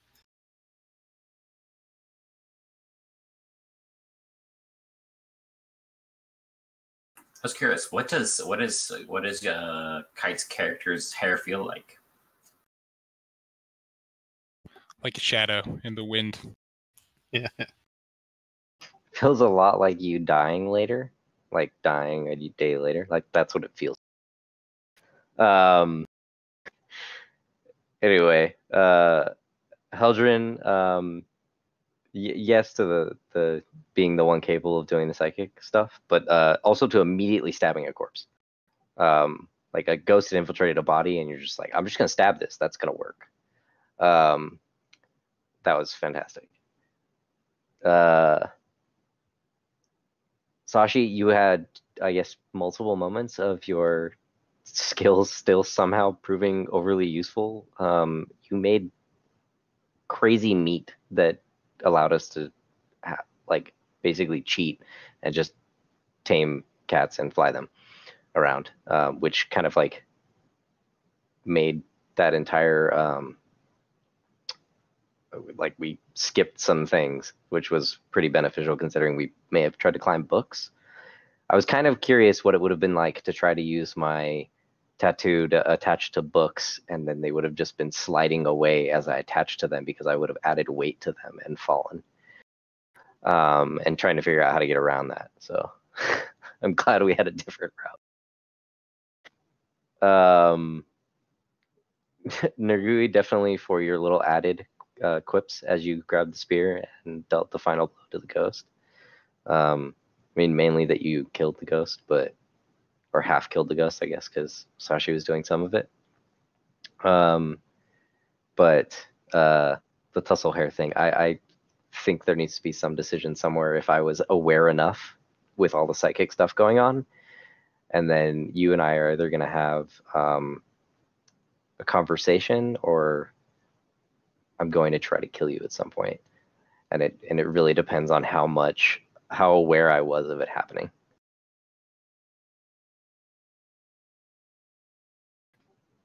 And that, I think, we will leave as a. I kind of like the idea of you just coming out of the psychic trance to find your hair is like off. Like it's not in its usual position, and you just don't know why. As far as everyone's concerned, you totally stabbed that dude. That's true. You used misdirection, right? Yeah, like I'm a pretty skilled unarmed combatant. I did a significant amount of damage, and I'm pretty good at that. But as far as anyone in the party knows, I'm a lawyer who just trips everything sometimes, and sometimes it works.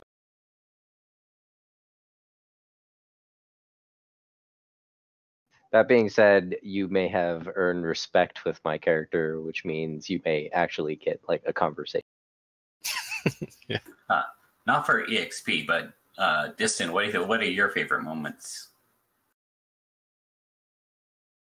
I'm really happy that you guys managed to get through like the whole twisted, convoluted plot of what happened, because none of it was necessary. Like the shield was in the same place the whole time, and you could have burned towards the shield.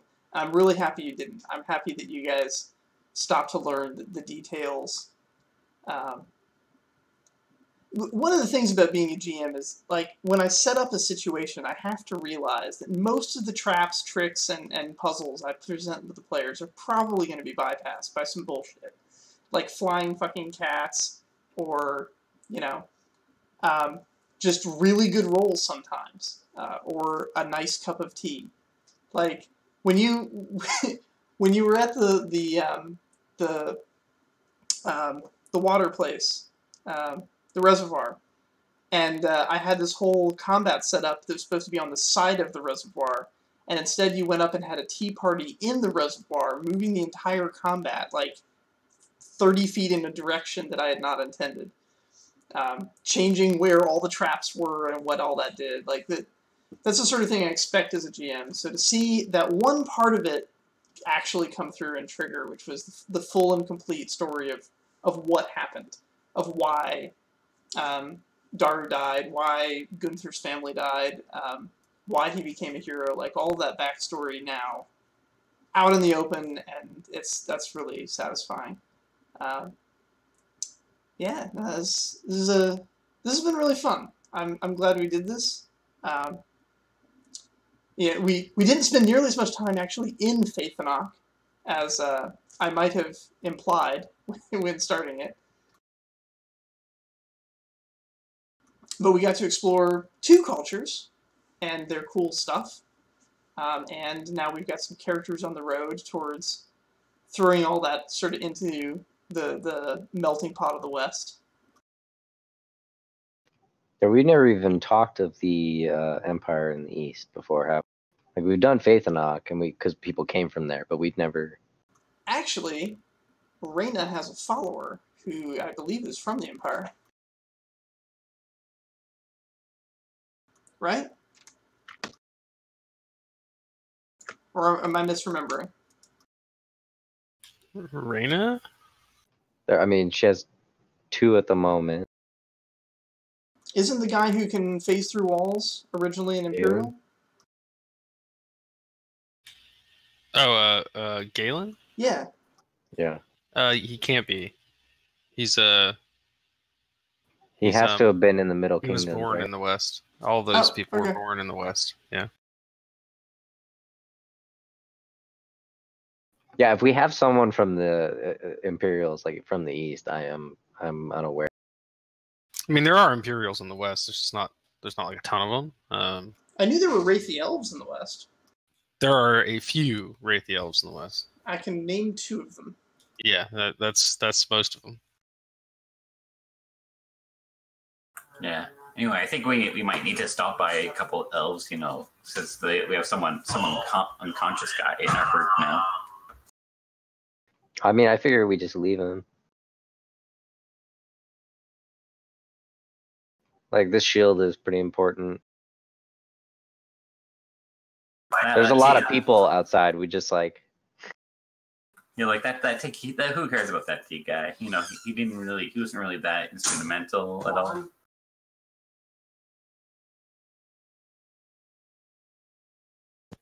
I mean, we can just have Gallista carry him. Draven at this point still doesn't think that he was useful to the quest at all.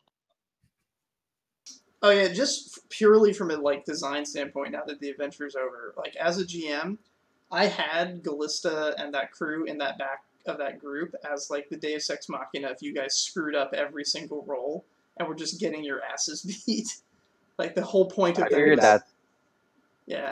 I figured that was the there was the shielded back group. Yeah, that was them. That was Radico shielding them from the mind control. They were going to come in as the cavalry to save the day, the sort of Gandalf to break the siege.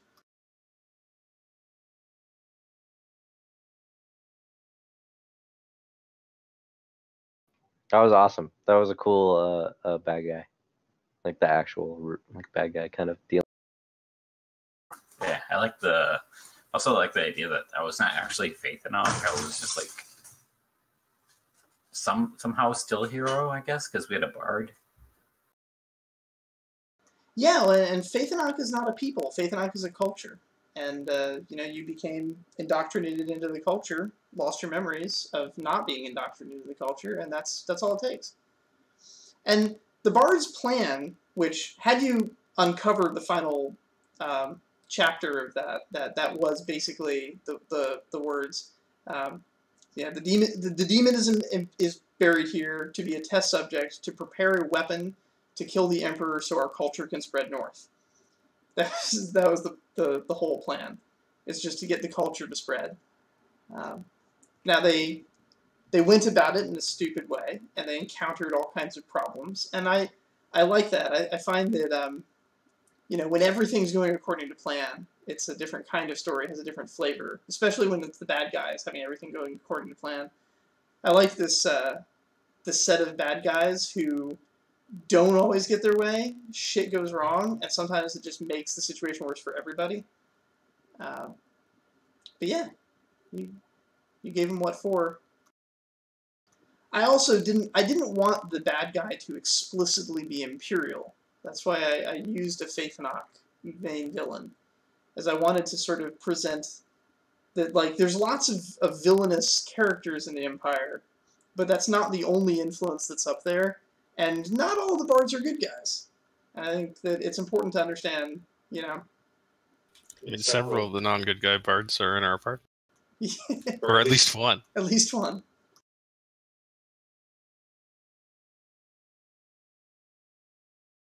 Amongst any population, there can be villains. And, yeah. The Faythen'oc has a strong anti-villain culture among their people, but you give the bards some exemption from that, and who knows what they might do. Yeah, I also took to say,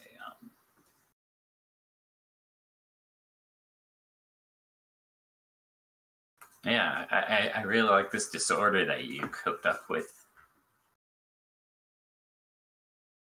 10 out of 10 would disorder again with you. Thank you.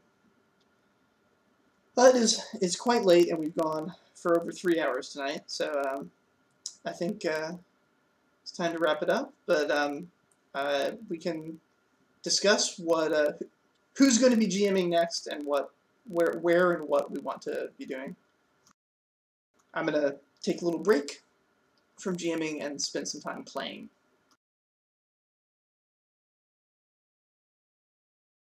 Obviously, while I prepare the next disaster. Cool. Cool. Cool. Have a good night, everybody. All right. Have a good night, guys. Good night.